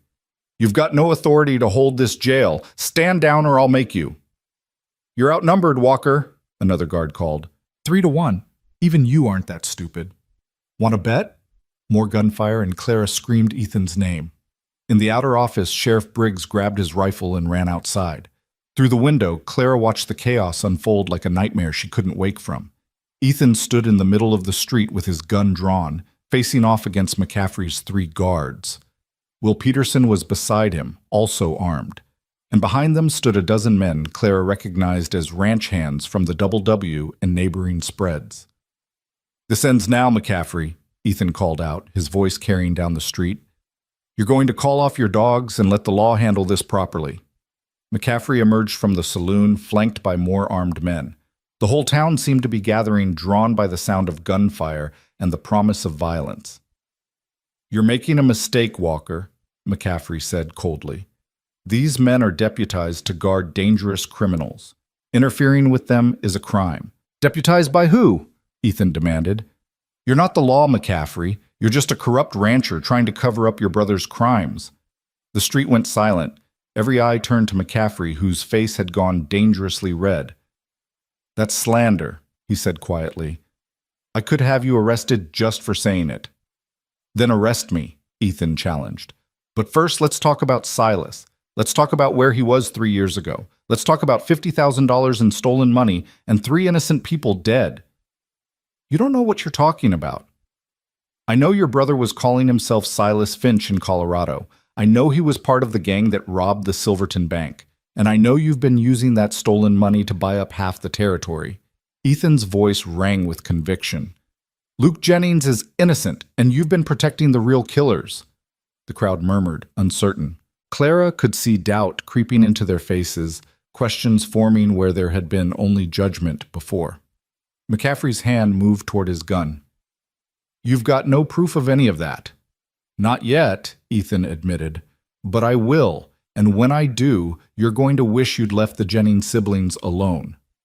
"They'll be dead before you find any proof," McCaffrey shot back. "Marshall's coming tomorrow evening, and they're both going to hang. Nothing you can do will stop that." "We'll see," Ethan said softly. Then louder, addressing the whole street. "I'm asking everyone here to think about what's happening. A woman and her brother are about to be executed based on 3-year-old charges that might not even be true. Harold McCaffrey is pushing for this execution awfully hard, and he's put armed guards on the jail to make sure nobody asks too many questions. Why? What's he afraid of?" "I'm not afraid of anything," McCaffrey snarled. "I'm a law-abiding citizen ensuring justice is served." "Then you won't mind if we investigate your brother's whereabouts 3 years ago," Ethan said. "You won't mind if we examine your bank records and land purchases. You won't mind if we ask Silas some questions about the Silverton robbery." "My brother is in California," McCaffrey said tightly, "and my finances are none of your damn business." "Funny thing," Will interjected. "I've got telegrams from 3 different people who saw someone matching Silas's description in various towns across the territories over the past 2 years. Cheyenne, Denver, Santa Fe. Never in California, though. Almost like he's been hiding somewhere close to home." McCaffrey's composure cracked. "You're both going to regret this. When those criminals hang tomorrow, everyone's going to remember that you defended them, that you lied for them. Your reputations will be destroyed." "I'd rather lose my reputation than my soul," Ethan said quietly. "Can you say the same, McCaffrey?" For a long moment, the two men stared at each other across the dusty street, and Clara could feel the violence simmering in the air. One wrong move, one hot head, and blood would spill in front of the whole town. Then Sheriff Briggs stepped between them, his rifle held across his chest. "That's enough. Everyone stand down before somebody gets killed." "The guards stay," McCaffrey insisted. "No, they don't," Briggs said firmly. "I'm the law here, not you. I'll guard my own prisoners, and I won't have armed thugs turning my jail into a fortress." He turned to McCaffrey's men. "You're dismissed. Go home." The guards looked at McCaffrey, waiting for orders. The rancher's face was purple with rage, but he must have recognized he was losing the crowd's support because he finally nodded sharply. "Fine. But if those prisoners escape, Sheriff, it's on your head." "They won't escape," Briggs said. "They'll stay locked up until the marshal arrives, and then the law will take its course. That's how this works, McCaffrey, not with private armies and threats." McCaffrey spun on his heel and stalked back toward the saloon, his remaining men following. The crowd began to disperse, though Clara could hear them talking in low, urgent voices about what Ethan had said, about Silas McCaffrey and stolen money and doubts that hadn't existed an hour ago. Ethan holstered his gun and turned toward the jail. Through the window, his eyes found Clara's, and the relief in his expression made her want to cry. But the relief was short-lived because Briggs blocked his path. "That was stupid, Walker," the sheriff said quietly. "Accusing Harold McCaffrey in front of the whole town without a shred of evidence. You've made an enemy you can't afford." "I already had that enemy," Ethan replied. "At least now people are asking questions." "Questions don't free prisoners," Briggs pointed out. "You've got until tomorrow evening to find actual proof, or Luke and Clara Jennings are going back to Colorado in chains. And if you interfere with that transfer, I will arrest you. I like you, Ethan, but I won't let you turn this into a bloodbath." Ethan nodded slowly. "Understood. Can I see her?" Briggs hesitated, then sighed. 2 minutes. "And Walker? If you're planning something stupid like a jailbreak, remember that I've got deputies who'll shoot first and ask questions later." "No jailbreak," Ethan promised. "I'm going to prove their innocence the right way." Briggs stepped aside and Ethan entered the cell block. He looked exhausted, his clothes dusty from hard riding, a fresh bruise darkening his jaw. But his eyes were fierce with determination. "Are you all right?" Claire asked. "I heard gunshots." Warning shots from McCaffrey's idiots, Ethan said dismissively. Nobody got hurt. But Clara, we're running out of time. The marshal's coming tomorrow evening. I know. We heard. Clara gripped the bars. Ethan, you can't ride to Silverton now. There's not enough time. I'm not going to Silverton, Ethan said. I've got a better idea. McCaffrey mentioned his brothers in California, but Will's telegrams suggest otherwise. I think Silas is still in the territory, probably close enough that Harold can keep an eye on him. So what are you going to do? Find him, Ethan said simply. Find Silas McCaffrey and make him tell the truth about what happened in Silverton. That's insane, Luke said from his cell. Even if you find him, he'll never confess. Why would he? Because I'm going to offer him something he wants more than his freedom, Ethan said. I'm going to offer him his brother. Clara stared at him. What? Harold's been using stolen money to build his empire, Ethan explained rapidly. That makes him just as guilty as Silas in the eyes of the law. If I can prove that connection, I can offer Silas a deal. Testify against the men who actually killed those people in exchange for a reduced sentence. Turn evidence against his brother in exchange for his own life. That's manipulative, Clara said. That's justice, Ethan corrected. And it's the only chance we have. Will's heading to the bank to meet Abigail, see if she got those records. I'm riding out to search every line shack, abandoned cabin, and hidden canyon within a day's ride. Silas has to be somewhere close. Time's up, Briggs called from outside. Ethan reached through the bars and cupped Clara's face in his calloused hand. Hold on, he said fiercely. Just hold on a little longer. Ethan, what you said earlier about asking me something when this is over. Later, he interrupted gently. When you're free and this nightmare is behind us. That's when I'll ask. And I need you to be alive to answer, Clara. You understand me? I need you to fight with everything you have to stay alive until I can get you out of here. Clara nodded, not trusting her voice. Ethan's thumb brushed across her cheek, wiping away tears she hadn't realized were falling. Then he was gone, his boots echoing on the wooden boards as he left. Clara heard him talking urgently to Will outside, making plans, coordinating their desperate search. And then the sound of hoofbeats, as multiple riders headed out in different directions. The afternoon crawled by with agonizing slowness. Clara paced her small cell, trying to calculate distances and timelines. Even if Ethan found Silas immediately, he'd still need to get a confession, get back to town, and convince Briggs to hold the marshal until they could present new evidence. It was a series of impossible tasks connected by hope and desperation. As evening shadows lengthened across the cell, the outer door opened again. Clara expected the deputy with their evening meal, but instead a woman's voice called out hesitantly. Hello? Is anyone here? Briggs emerged from his office. Bank's closed, Miss Thornton. What can I do for you? Clara's heart leaped. Abigail. I need to speak with you, Sheriff, Abigail said, her voice shaking slightly. It's urgent. About Harold McCaffrey. Clara pressed against the bars, straining to hear. In the outer office, she saw Abigail hand the sheriff a thick envelope. What's this? Briggs asked. Bank records, Abigail said. McCaffrey's accounts for the past 3 years. I know I'm breaking about a dozen laws by giving them to you, and I know I'll probably lose my position. But Sheriff, you need to see these. You need to see where his money came from. Briggs opened the envelope and pulled out several sheets of paper covered in neat columns of figures. His expression grew darker as he read. These show large cash deposits starting about 2.5 years ago, Abigail explained. $50,000 in total, deposited in irregular amounts over the course of 6 months. No documented source, no explanation in the records. Could be legitimate business income, Briggs said, but his voice lacked conviction. Sheriff, Harold McCaffrey's ranch was mortgaged to the hilt 3 years ago. He was about to lose everything. Then suddenly he has $50,000 in cash to deposit, cash that appears right around the time of the Silverton robbery. Abigail's voice strengthened. And look at the dates of his land purchases. They all correspond to these deposits. He's been using that money to buy up the territory. Briggs set the papers down slowly. Miss Thornton, you understand what you're saying? You're accusing one of the most powerful men in Montana Territory of being an accessory to murder and robbery. I know, Abigail said, and I'm prepared to testify to the authenticity of these records in court if necessary. But Sheriff, two people are about to be executed tomorrow for crimes they might not have committed.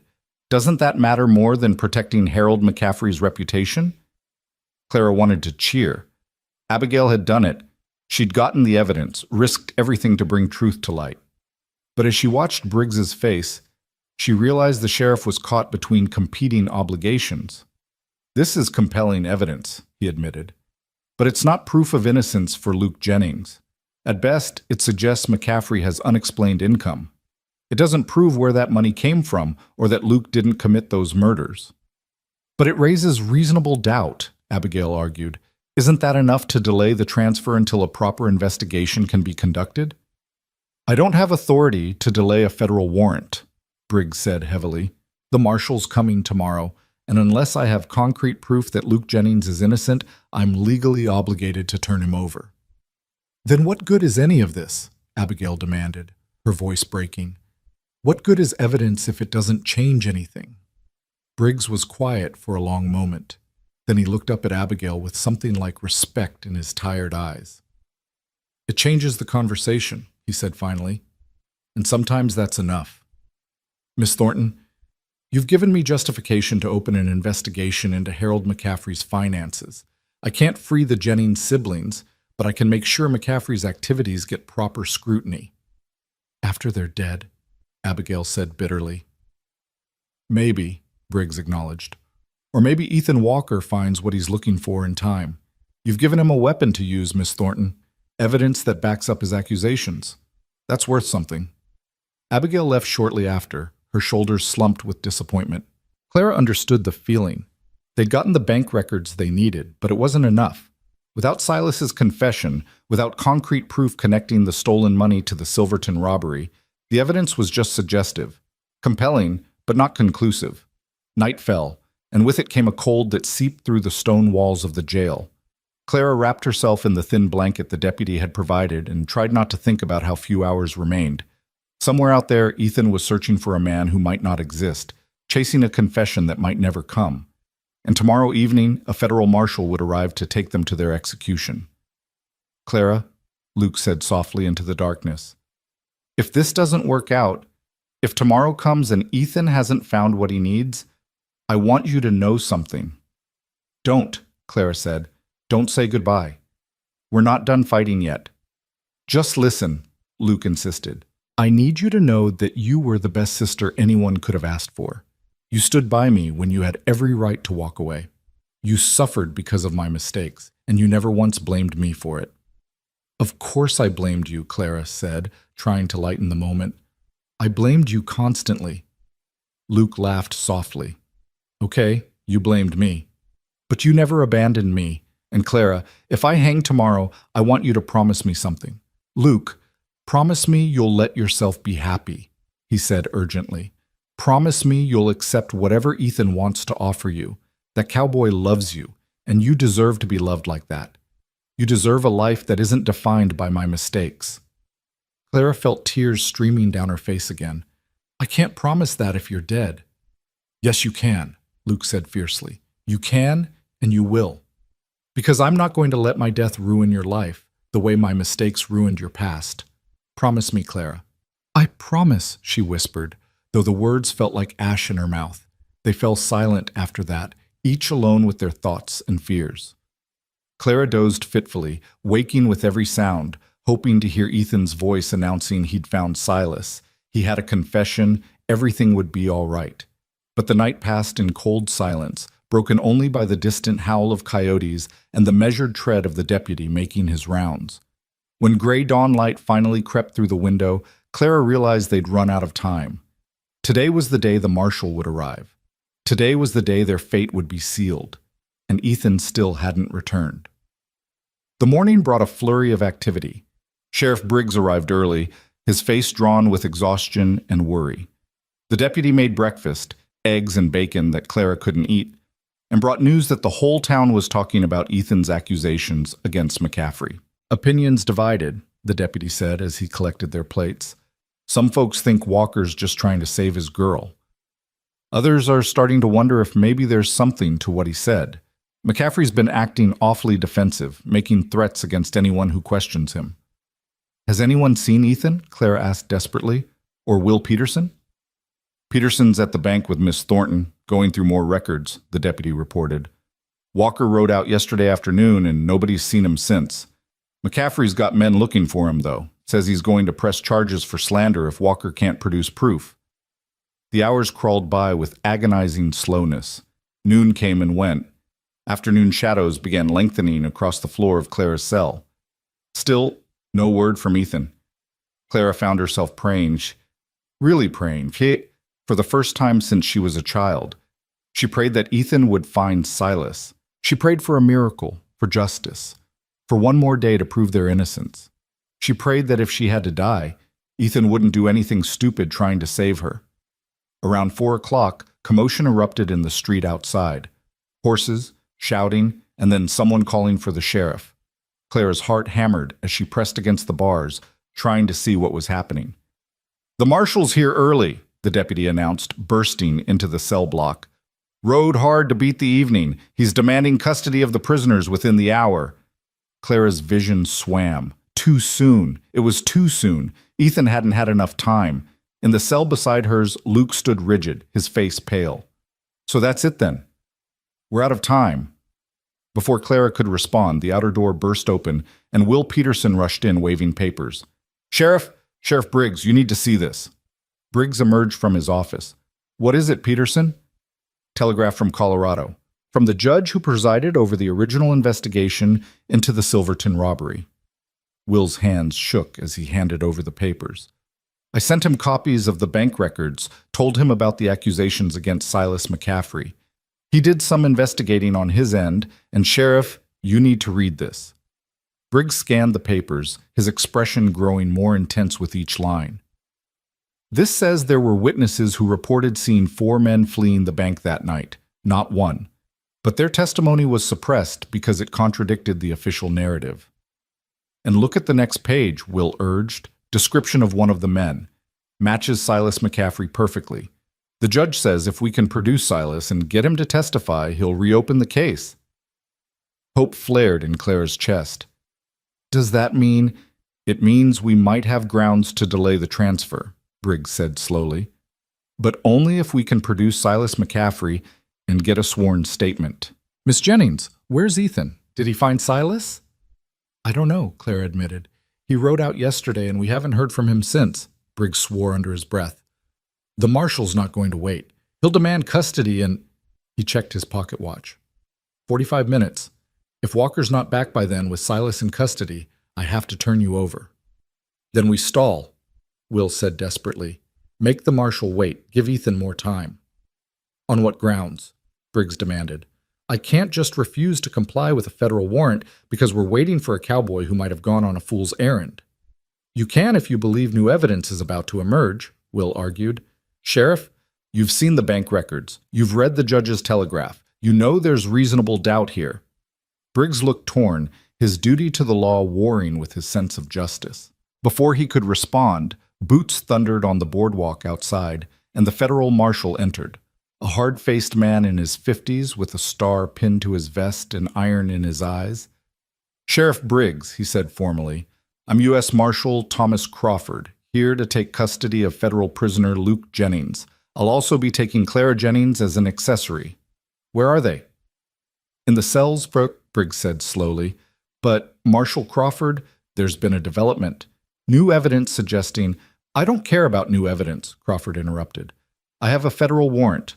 Those prisoners are coming with me, and they're leaving within the hour." Clara felt the world tilting. This was it. This was how it ended. Not with proof or justice or miracles, but with bureaucratic efficiency and the cold machinery of law. Then, cutting through her despair like a knife through silk, came the sound she'd been praying for all day. Hoofbeats. Multiple horses riding hard into town, and Ethan's voice, hoarse but triumphant. "Sheriff! Marshal! I've got him! I've got Silas McCaffrey!" Clara's heart stopped and then thundered back to life as Ethan's voice rang through the jail. She pressed her face against the bars, straining to see through the narrow window into the street beyond. The sound of multiple horses, men's voices raised in confusion and anger, and then boots hitting the boardwalk in rapid succession. Ethan burst through the door, his face streaked with dust and dried blood.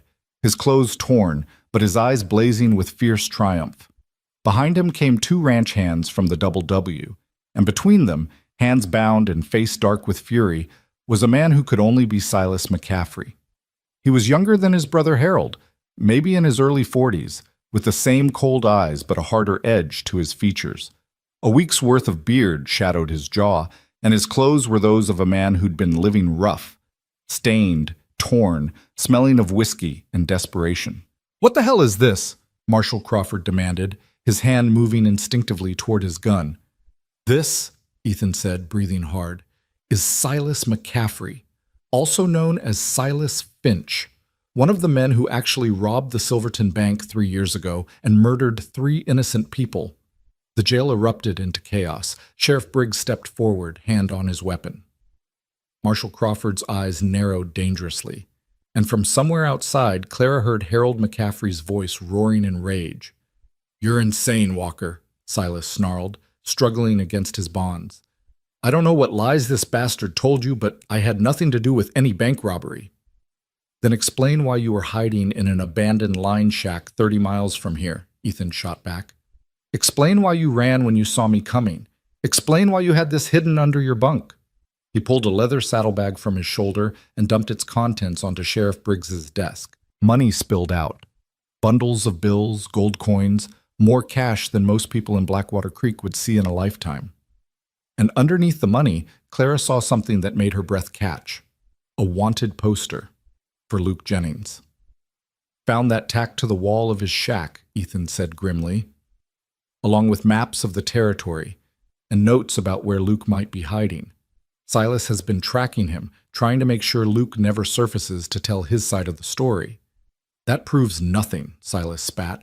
"I heard there was a reward for information about Jennings. I was trying to collect it, that's all." "Then why hide in the mountains?" Ethan demanded. "Why run from your own brother's ranch to live like an animal in the wilderness?" "Because Harold and I had a falling out," Silas said, but his voice had lost some of its conviction. "Family business, nothing criminal." Marshall Crawford had been studying Silas intently during this exchange. Now he stepped forward, his expression thoughtful. "I remember the Silverton case. 3 dead, including a bank manager and 2 customers. Witnesses reported 4 men involved, but we only ever found evidence of one, Luke Jennings, the inside man." He looked at Silas. "You matched the description given by one of those witnesses. Height, build, distinctive scar on your left cheekbone." Silas's hand moved reflexively toward the scar before he caught himself. "Lots of men have scars. Not combined with the rest of the physical description," Crawford said, "and not combined with unexplained wealth and a wanted poster for the only man who could identify you." He turned to Briggs. "Sheriff, I'm taking this man into custody for questioning about the Silverton robbery." "The hell you are!" Harold McCaffrey's voice boomed as he shoved through the door, flanked by 4 of his men. His face was purple with rage, his eyes wild. "That's my brother you're manhandling, and I won't stand for it." "Harold," Silas started, but his brother cut him off with a sharp gesture. "Shut up. Don't say another word." Harold turned on Ethan with murder in his eyes. "You've crossed a line, Walker. Kidnapping, assault, breaking into private property. I'll see you hang for this." "I didn't kidnap anyone," Ethan said calmly, though Clara could see the tension in his shoulders. "I found a wanted fugitive and brought him to the authorities. That's not kidnapping. That's citizen's arrest." "Wanted fugitive?" Harold's laugh was ugly. "You've got no proof my brother is wanted for anything." "Actually, he does," Marshall Crawford interjected.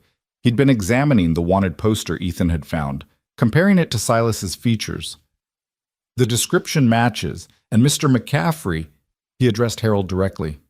"If your brother is innocent, he has nothing to fear from questioning. But his presence here, combined with the evidence Mr. Walker discovered, gives me probable cause to detain him while I investigate." "This is a setup," Harold roared. "Walker planted that money, planted that poster. He's trying to frame my brother to save his criminal girlfriend." "That's an interesting theory," Will Peterson said, stepping forward from where he'd been standing quietly in the corner. "Except for one problem.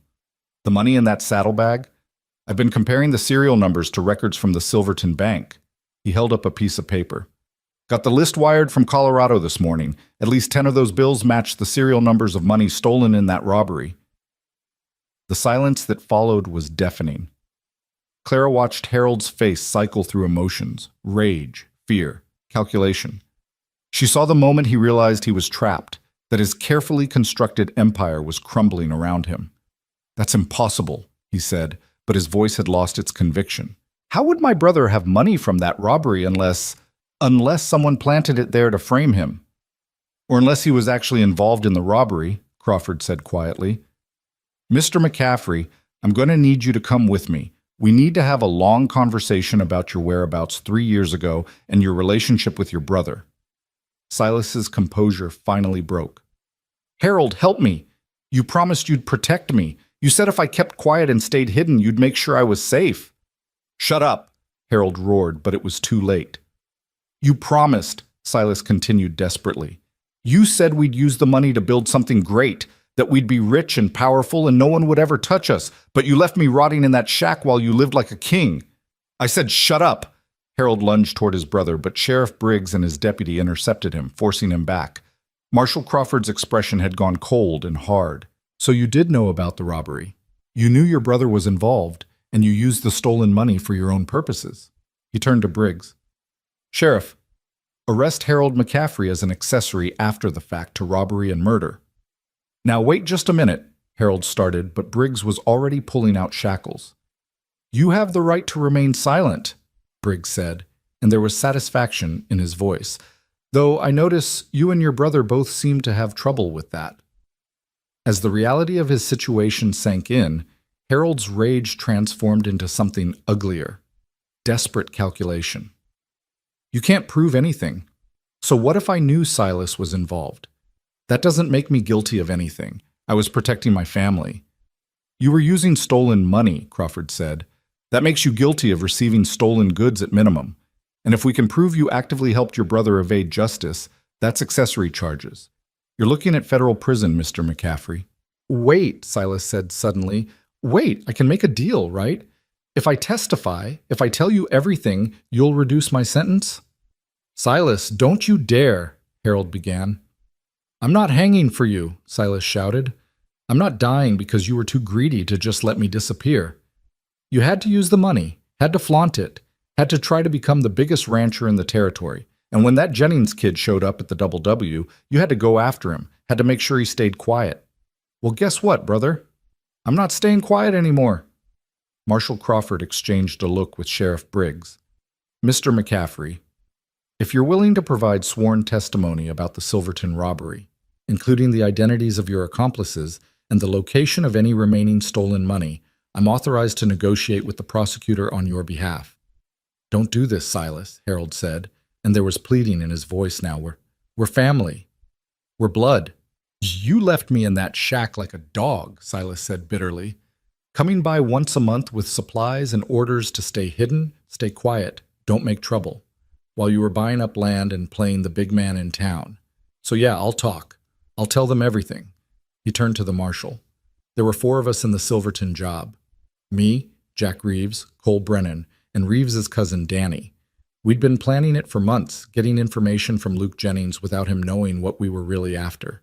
The kid thought we were going to rob a corrupt bank manager, redistribute wealth to the poor." Silas laughed bitterly. He was naive enough to believe it. Clara felt Luke go rigid in the cell beside hers. Through the bars she could see his face, pale, stricken, vindicated all at once. 3 years of being called a murderer, and finally someone was telling the truth. "The night of the robbery, everything went wrong," Silas continued. "The manager fought back, pulled a gun. Jack panicked and shot him. Then these 2 customers started screaming, and Jack shot them too. I told him to stop, told him we weren't supposed to kill anyone, but he'd gone crazy. We grabbed the money and ran." "And Luke Jennings?" Crawford asked. "We shot him because he'd seen our faces, heard our real names. Jack figured if we left him for dead, everyone would think he was the ringleader. And it worked, at least for a while." Silas met Luke's eyes through the bars. "I'm sorry, kid. For what it's worth, I never wanted you to take the fall for this. But Jack said it was him or us, and I chose us." "Where are Jack Reeves and the others now?" Crawford demanded. Jack and Danny headed south last I heard, somewhere in Mexico, spending their share of the money. Cole Brennan went east, maybe Kansas or Missouri. We split up after the robbery, agreed never to contact each other again. Silas's voice turned bitter. Harold was supposed to keep my share safe, help me start over somewhere clean. Instead, he used it to build his empire and left me hiding like a criminal. You are a criminal, Harold spat, and now you're a rat too. I'm a survivor, Silas corrected. Same as you, except I'm not pretending to be something I'm not. Marshal Crawford motioned to his deputies. Take both McCaffrey brothers into custody. Sheriff Briggs, I'll need statements from you and Mr. Walker about how this evidence was discovered. And he turned toward the cells where Clara and Luke waited. I'll need to speak with Luke Jennings. To arrest him? Clara asked, her voice tight with fear. To take his statement, Crawford corrected. If what Silas McCaffrey says is true, then Luke Jennings was a victim, not a perpetrator. The charges against him should be dropped. Clara felt her knees go weak. Dropped? Pending verification of Silas's testimony, yes. Crawford's expression softened slightly. Miss Jennings, your brother may have used poor judgment in trusting the wrong people, but if he didn't commit the murders and didn't knowingly participate in the robbery, then he's not guilty of the crimes he's been charged with. Sheriff Briggs was already unlocking the cells. Clara stumbled out, her legs unsteady after 2 days of confinement. Luke emerged more slowly, looking dazed, like a man who'd been bracing for death and suddenly found himself granted life. I don't understand, Luke said hoarsely. You're saying I'm free? Not yet, Crawford cautioned. There's still paperwork, still official procedures, but based on the evidence in Silas McCaffrey's confession, I see no reason to transport you back to Colorado for execution. Instead, you'll remain here under Sheriff Briggs's supervision while I coordinate with the authorities there to have the charges formally dismissed. How long will that take? Clara asked. A few weeks, maybe a month. Crawford shrugged. The wheels of justice turn slowly, but they do turn. In the meantime, Luke Jennings is to consider himself released on his own recognizance, with the understanding that he'll make himself available for any further questioning. Clara turned to her brother and threw her arms around him, both of them shaking with relief and disbelief. 3 years. 3 years of running and hiding and waiting for death. And now, in the space of a single afternoon, it was over. I can't believe it, Luke whispered against her hair. Clara, I can't believe we're going to live. Believe it, she said fiercely. Believe it and never forget who made it possible. She looked over Luke's shoulder at Ethan, who stood watching them with exhaustion and satisfaction written across his features. Their eyes met, and something passed between them. Gratitude, recognition, and something deeper that Clara didn't yet have words for. Thank you, she mouthed. Ethan's tired face split into a smile that transformed him. Later, he mouthed back. We'll talk later. The next hours passed in a blur of activity. Marshal Crawford took detailed statements from everyone involved. Luke, Clara, Ethan, Will, even Abigail, who arrived at the jail looking terrified but determined to tell what she knew about the bank records. Silas McCaffrey was locked in a cell, and Harold McCaffrey was transported to the territorial prison in Helena to await trial.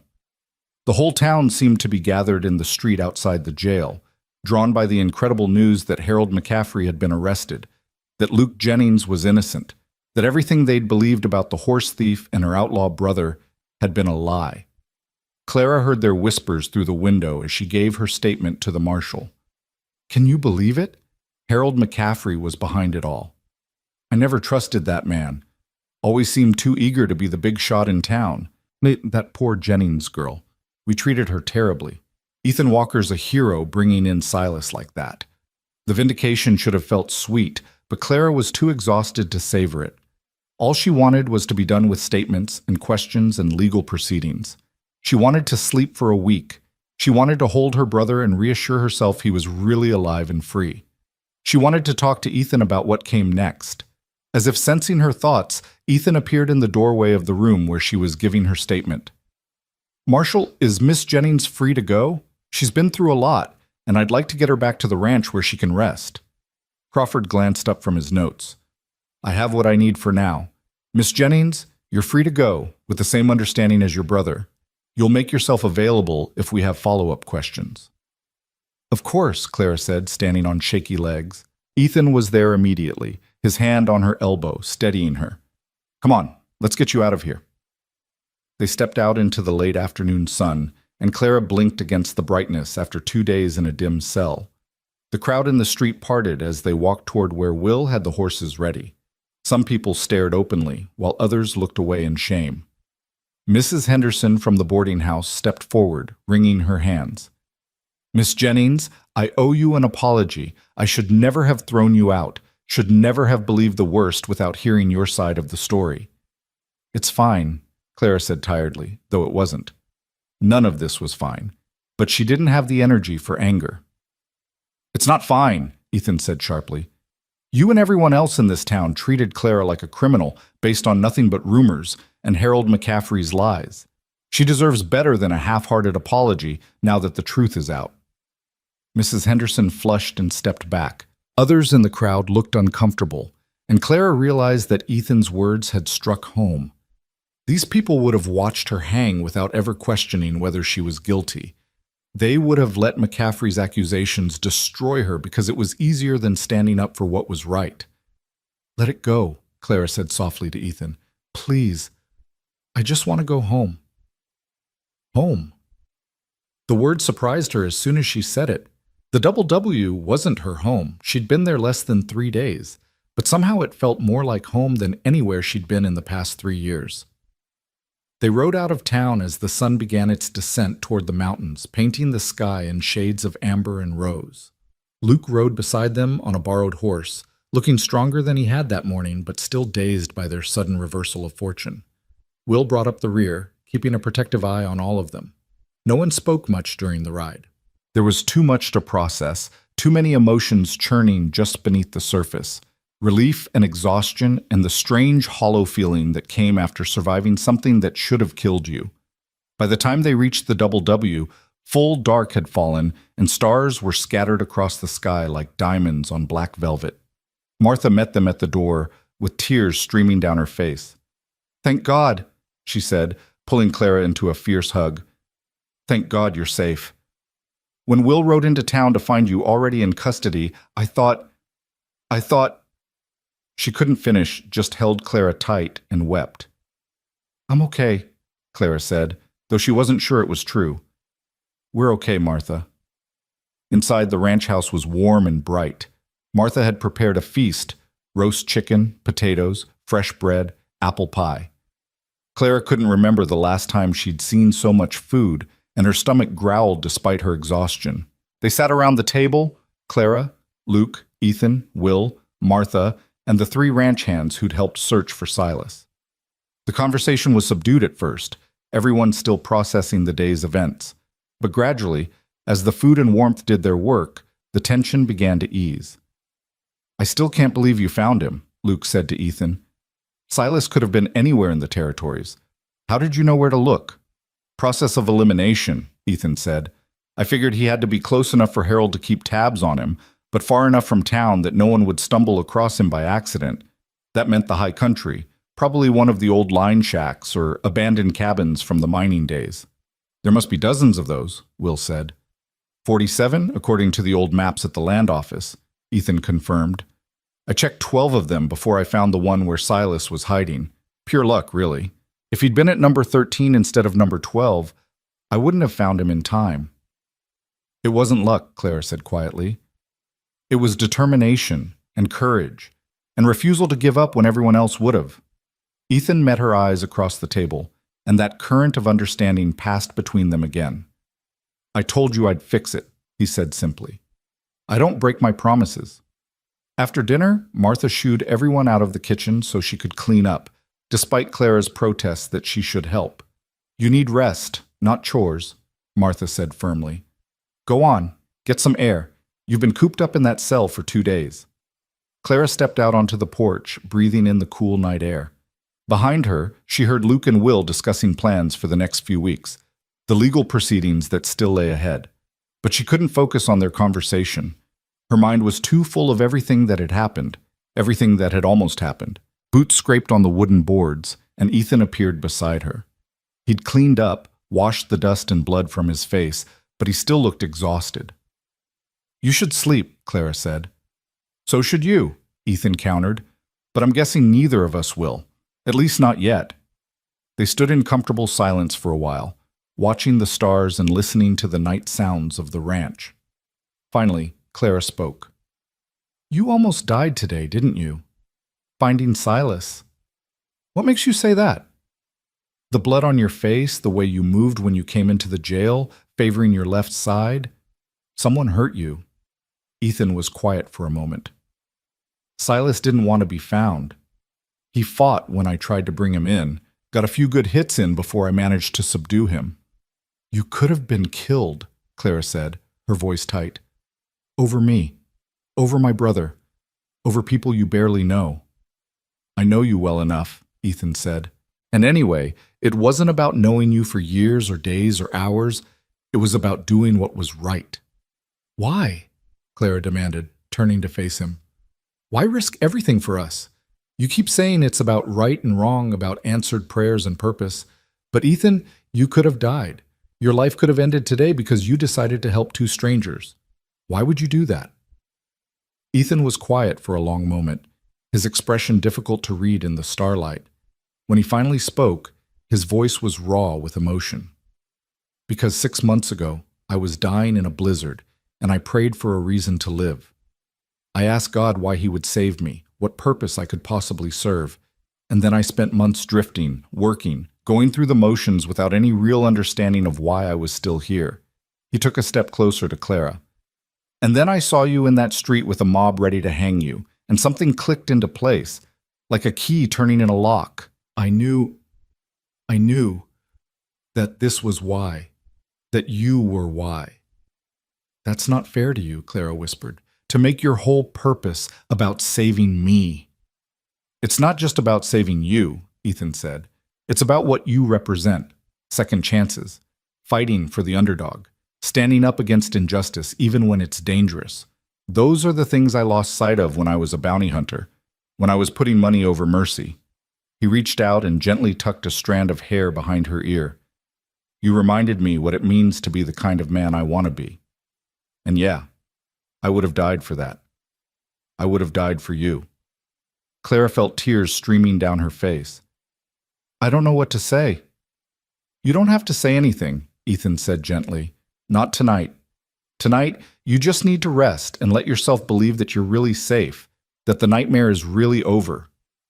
"Is it over?" Clara asked.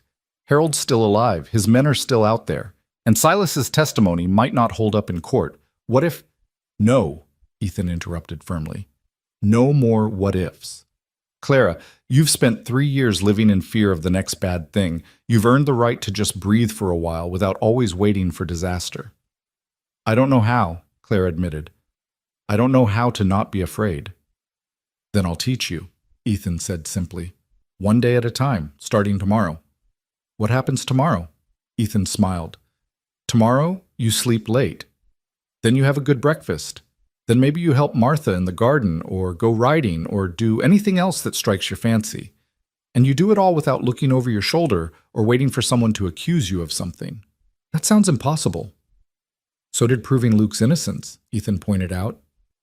"But we did it anyway." Clara found herself smiling despite everything. "You're very sure of yourself." "Not really," Ethan admitted, "but I'm very sure of you. And I'm very sure that whatever comes next, we can face it together." Together. The word hung in the air between them, full of possibility and promise. Clara knew she should be cautious, should protect her heart after everything she'd been through. But standing here with Ethan under the stars, after he'd risked everything to save her, caution felt like cowardice.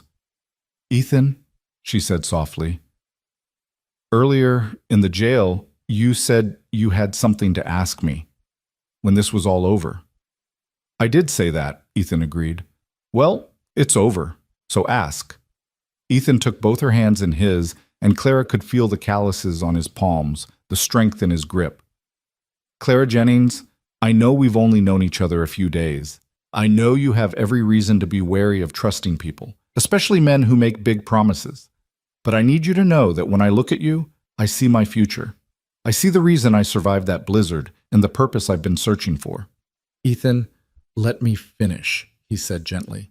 I'm not asking you to marry me tonight or even to say you love me. I'm just asking if you'll stay. Here, at the Double W. Give yourself time to heal, time to figure out who you are when you're not running. And give me time to prove that what I feel for you isn't just gratitude or relief or some misguided sense of destiny. Give me time to earn your trust and your heart. Clara's breath caught. You want me to stay here, at the ranch? Will and Martha have already offered you a permanent place, Ethan said. They like you, Clara. They see in you what I see. Strength and courage and a good heart that's been battered but not broken. Stay here. Build a life here. Let us be the family you deserve. What about Luke? Luke too, if he wants. Will can always use another good hand, and Lord knows your brother has earned a fresh start. Ethan's grip on her hands tightened. But Clara, I'm asking about you. What do you want? What did she want? For 3 years, Clara had been so focused on survival that she'd never let herself think about wants or dreams or anything beyond making it to tomorrow. But standing here with Ethan, safe and free and surrounded by people who'd fought for her, she found herself daring to imagine a different kind of life. A life where she wasn't defined by her brother's mistakes or her own suffering. A life where she could put down roots and build something lasting.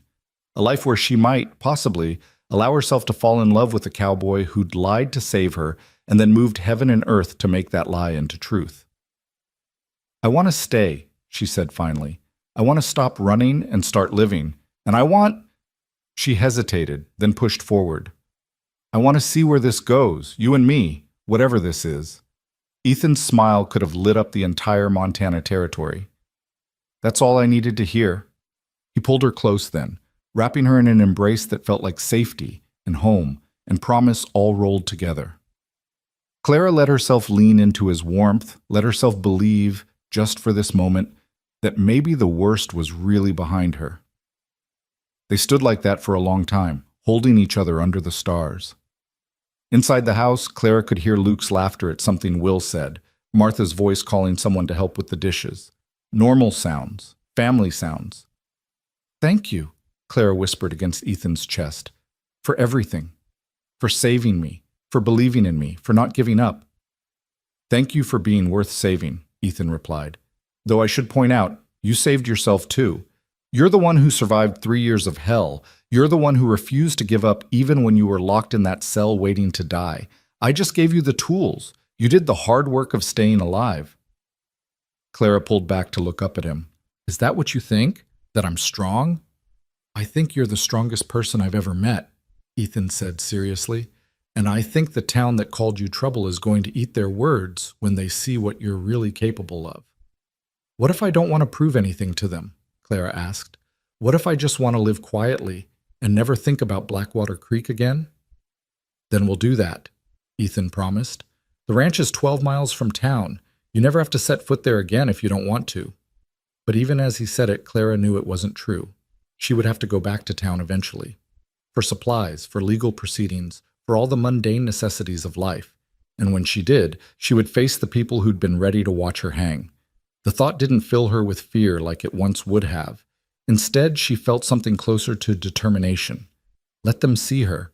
Let them see that their judgment and cruelty hadn't broken her. Let them see what it looked like when someone refused to be defined by other people's hatred. I'll go back to town, she said aloud. Not tomorrow, but soon.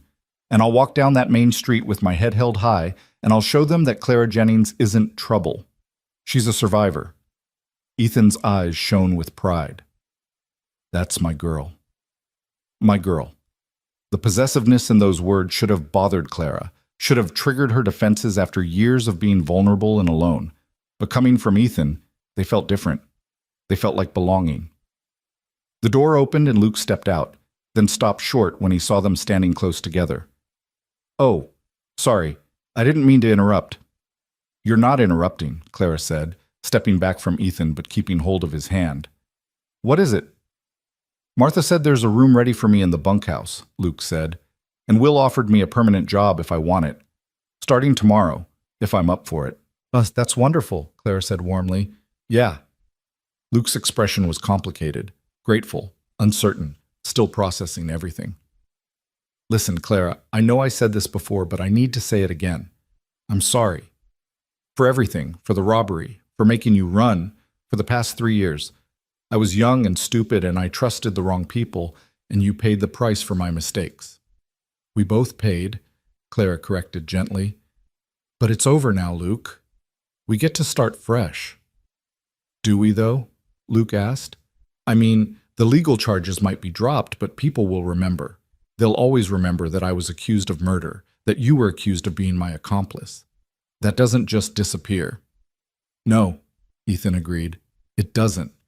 But you get to decide what you do with that memory. You can let it define you, or you can use it as motivation to become someone better. Luke looked at him for a long moment. Is that what you did after you quit bounty hunting? I'm trying, Ethan said honestly. Some days are easier than others, but yeah, that's the goal. To be someone I can be proud of when I look in the mirror. I want that too, Luke said quietly. I want to be the kind of man my sister deserves to call her brother, the kind of man who doesn't let her down. Then be that man, Ethan said simply. Starting tomorrow. One day, one choice at a time. Luke nodded slowly, then turned to go. At the door, he paused and looked back at them. Ethan, thank you for saving her, for saving both of us. I know I can never repay what you've done, but I swear to you, I'll spend the rest of my life trying to be worthy of it. Just take care of your sister, Ethan said. That's all the repayment I need. After Luke disappeared inside, Clara and Ethan returned to their comfortable silence. The night had grown colder, and Clara shivered slightly. Ethan immediately shrugged out of his jacket and draped it around her shoulders. You'll freeze, she protested. I'll be fine, he assured her. Besides, we should probably head in soon anyway. You need sleep, and I need to check on the horses before I turn in. They walked together toward the barn, their hands still linked. Inside, the horses nickered softly in their stalls, disturbed by the late-night visitors. Ethan moved among them with easy familiarity, checking water buckets and adjusting blankets. Clara watched him work, seeing him properly for the first time since the chaos of the afternoon. He moved with the unconscious grace of someone completely at home in his body, confident and capable. There was a bruise darkening his jaw where Silas must have hit him, and she could see the careful way he moved his left side where he'd been injured. Let me see, she said, stepping closer. See what? Your injury, the one you're trying to hide. Ethan hesitated, then slowly lifted his shirt to reveal an angry purple bruise spreading across his ribs. Clara sucked in a breath. Silas kicked me when we were fighting, Ethan explained. It's not as bad as it looks. It looks terrible, Clara said, her fingers hovering over the bruise without quite touching it. You should have Martha look at it. She might have something to help with the swelling. I will, tomorrow. Ethan lowered his shirt. Clara, I'm fine. A few bruises are nothing compared to what could have happened if I hadn't found Silas in time. You could have broken ribs, Clara said worriedly. You could have internal bleeding. I don't, Ethan said firmly. Trust me, I know what broken ribs feel like. This is just bruising. It'll heal. Clara wanted to argue, but she could see the exhaustion in his eyes. He'd been running on adrenaline and determination for the past 30 hours, and now that the crisis was over, he was crashing hard. Come on, she said gently. You need sleep more than these horses need checking on. Yes, ma'am, Ethan said with a tired smile. They walked back to the main house together. At the door, Clara hesitated, suddenly unsure. Where exactly was she supposed to sleep? Martha had mentioned a room, but Clara couldn't remember which one. As if reading her mind, Martha appeared. Your room is upstairs, second door on the left. I've put out clean night clothes, and there's a pitcher of water for washing. If you need anything else, just holler. Thank you, Martha, Clara said, overwhelmed again by the kindness of these people. For everything. No thanks needed, honey, Martha said warmly. You're family now, and we take care of our family. Family. There was that word again, the one that had meant nothing but pain and complication for the past 3 years. But here, in this place, with these people, it was starting to mean something different, something better. Clara climbed the stairs slowly, her body finally acknowledging how exhausted she was. The room Martha had prepared was small but comfortable, a real bed with a thick quilt, a washstand with a mirror, a chair by the window. More luxury than Clara had known in years. She washed quickly, changed into the nightgown Martha had left, and crawled into bed. The sheets were clean and soft, the mattress infinitely better than the wooden bench in the jail cell. She should have fallen asleep immediately. Instead, she lay awake, her mind racing through everything that had happened. 2 days ago, she'd ridden into Blackwater Creek expecting nothing more than another temporary stop in her endless flight from the past. Now, she was lying in a real bed in a real home, surrounded by people who'd fought for her, with a future that actually existed beyond tomorrow. And somewhere in this house, Ethan Walker was also lying awake, nursing his injuries and probably replaying the day's events. The man who'd saved her life. The man who'd looked at her and seen someone worth fighting for. The man who'd asked her to stay. Clara pressed her face into the pillow, overwhelmed by emotions she didn't have names for. Gratitude, certainly. Relief, absolutely. But underneath those surface feelings was something deeper, something that felt dangerously like hope. For the first time in 3 years, Clara Jennings allowed herself to hope. To imagine a future that involved more than just survival. To dream about what life might look like when she wasn't running. And as she finally drifted off to sleep, her last thought was of Ethan's smile when she'd said she would stay. That smile had promised things she didn't dare believe in yet. Safety, belonging, maybe even love. But for tonight, for this moment, it was enough to know that she wasn't alone anymore. That someone had chosen to stand beside her when the whole world seemed determined to see her fall. Tomorrow would bring new challenges, new questions about what came next. There would still be legal proceedings to navigate, a town full of judgment to face, wounds to heal, both physical and emotional. But tonight, Clara Jennings slept peacefully for the first time in 3 long years. And in that sleep, she dreamed not of running, but of staying. Not of fear, but of possibility. Not of being trouble, but of being found. Being home. Clara woke to sunlight streaming through the window and the smell of coffee drifting up from the kitchen below. For a disoriented moment, she couldn't remember where she was, and panic seized her chest. The old instinct to run, to hide, to prepare for whatever accusation or threat was coming next. Then memory returned in a warm rush, and she remembered. She was safe. She was free. The nightmare was over. She dressed slowly in the clothes Martha had left folded on the chair, a simple blue calico dress that fit reasonably well, and made her way downstairs. The kitchen was alive with morning activity. Martha stood at the stove flipping pancakes. Will sat at the table reading a newspaper that had arrived from Helena, and through the window Clara could see ranch hands heading out to start the day's work. "Good morning, sleepyhead," Martha said cheerfully. "I was starting to think you'd sleep until noon." Clara glanced at the clock on the mantel and was shocked to see it was nearly 10. "I'm sorry, I didn't mean to." "Hush," Martha interrupted firmly. "You needed the rest. Sit down and eat. I've made enough pancakes to feed an army." Clara sat, and Martha placed a plate in front of her piled high with golden pancakes, bacon, and eggs. The smell alone made her mouth water, and she realized she couldn't remember the last time she'd eaten a real breakfast instead of just grabbing whatever she could afford. "Where's Ethan?" she asked, trying to sound casual. "Out mending fence on the south pasture," Will said without looking up from his paper. "He was up before dawn, said he needed to work off some energy. That boy never could sit still when his mind was churning." "Is Luke with him?" "Yep. Put your brother to work right away. Figured keeping busy would help him adjust better than sitting around thinking." Will finally looked up, his weathered face kind.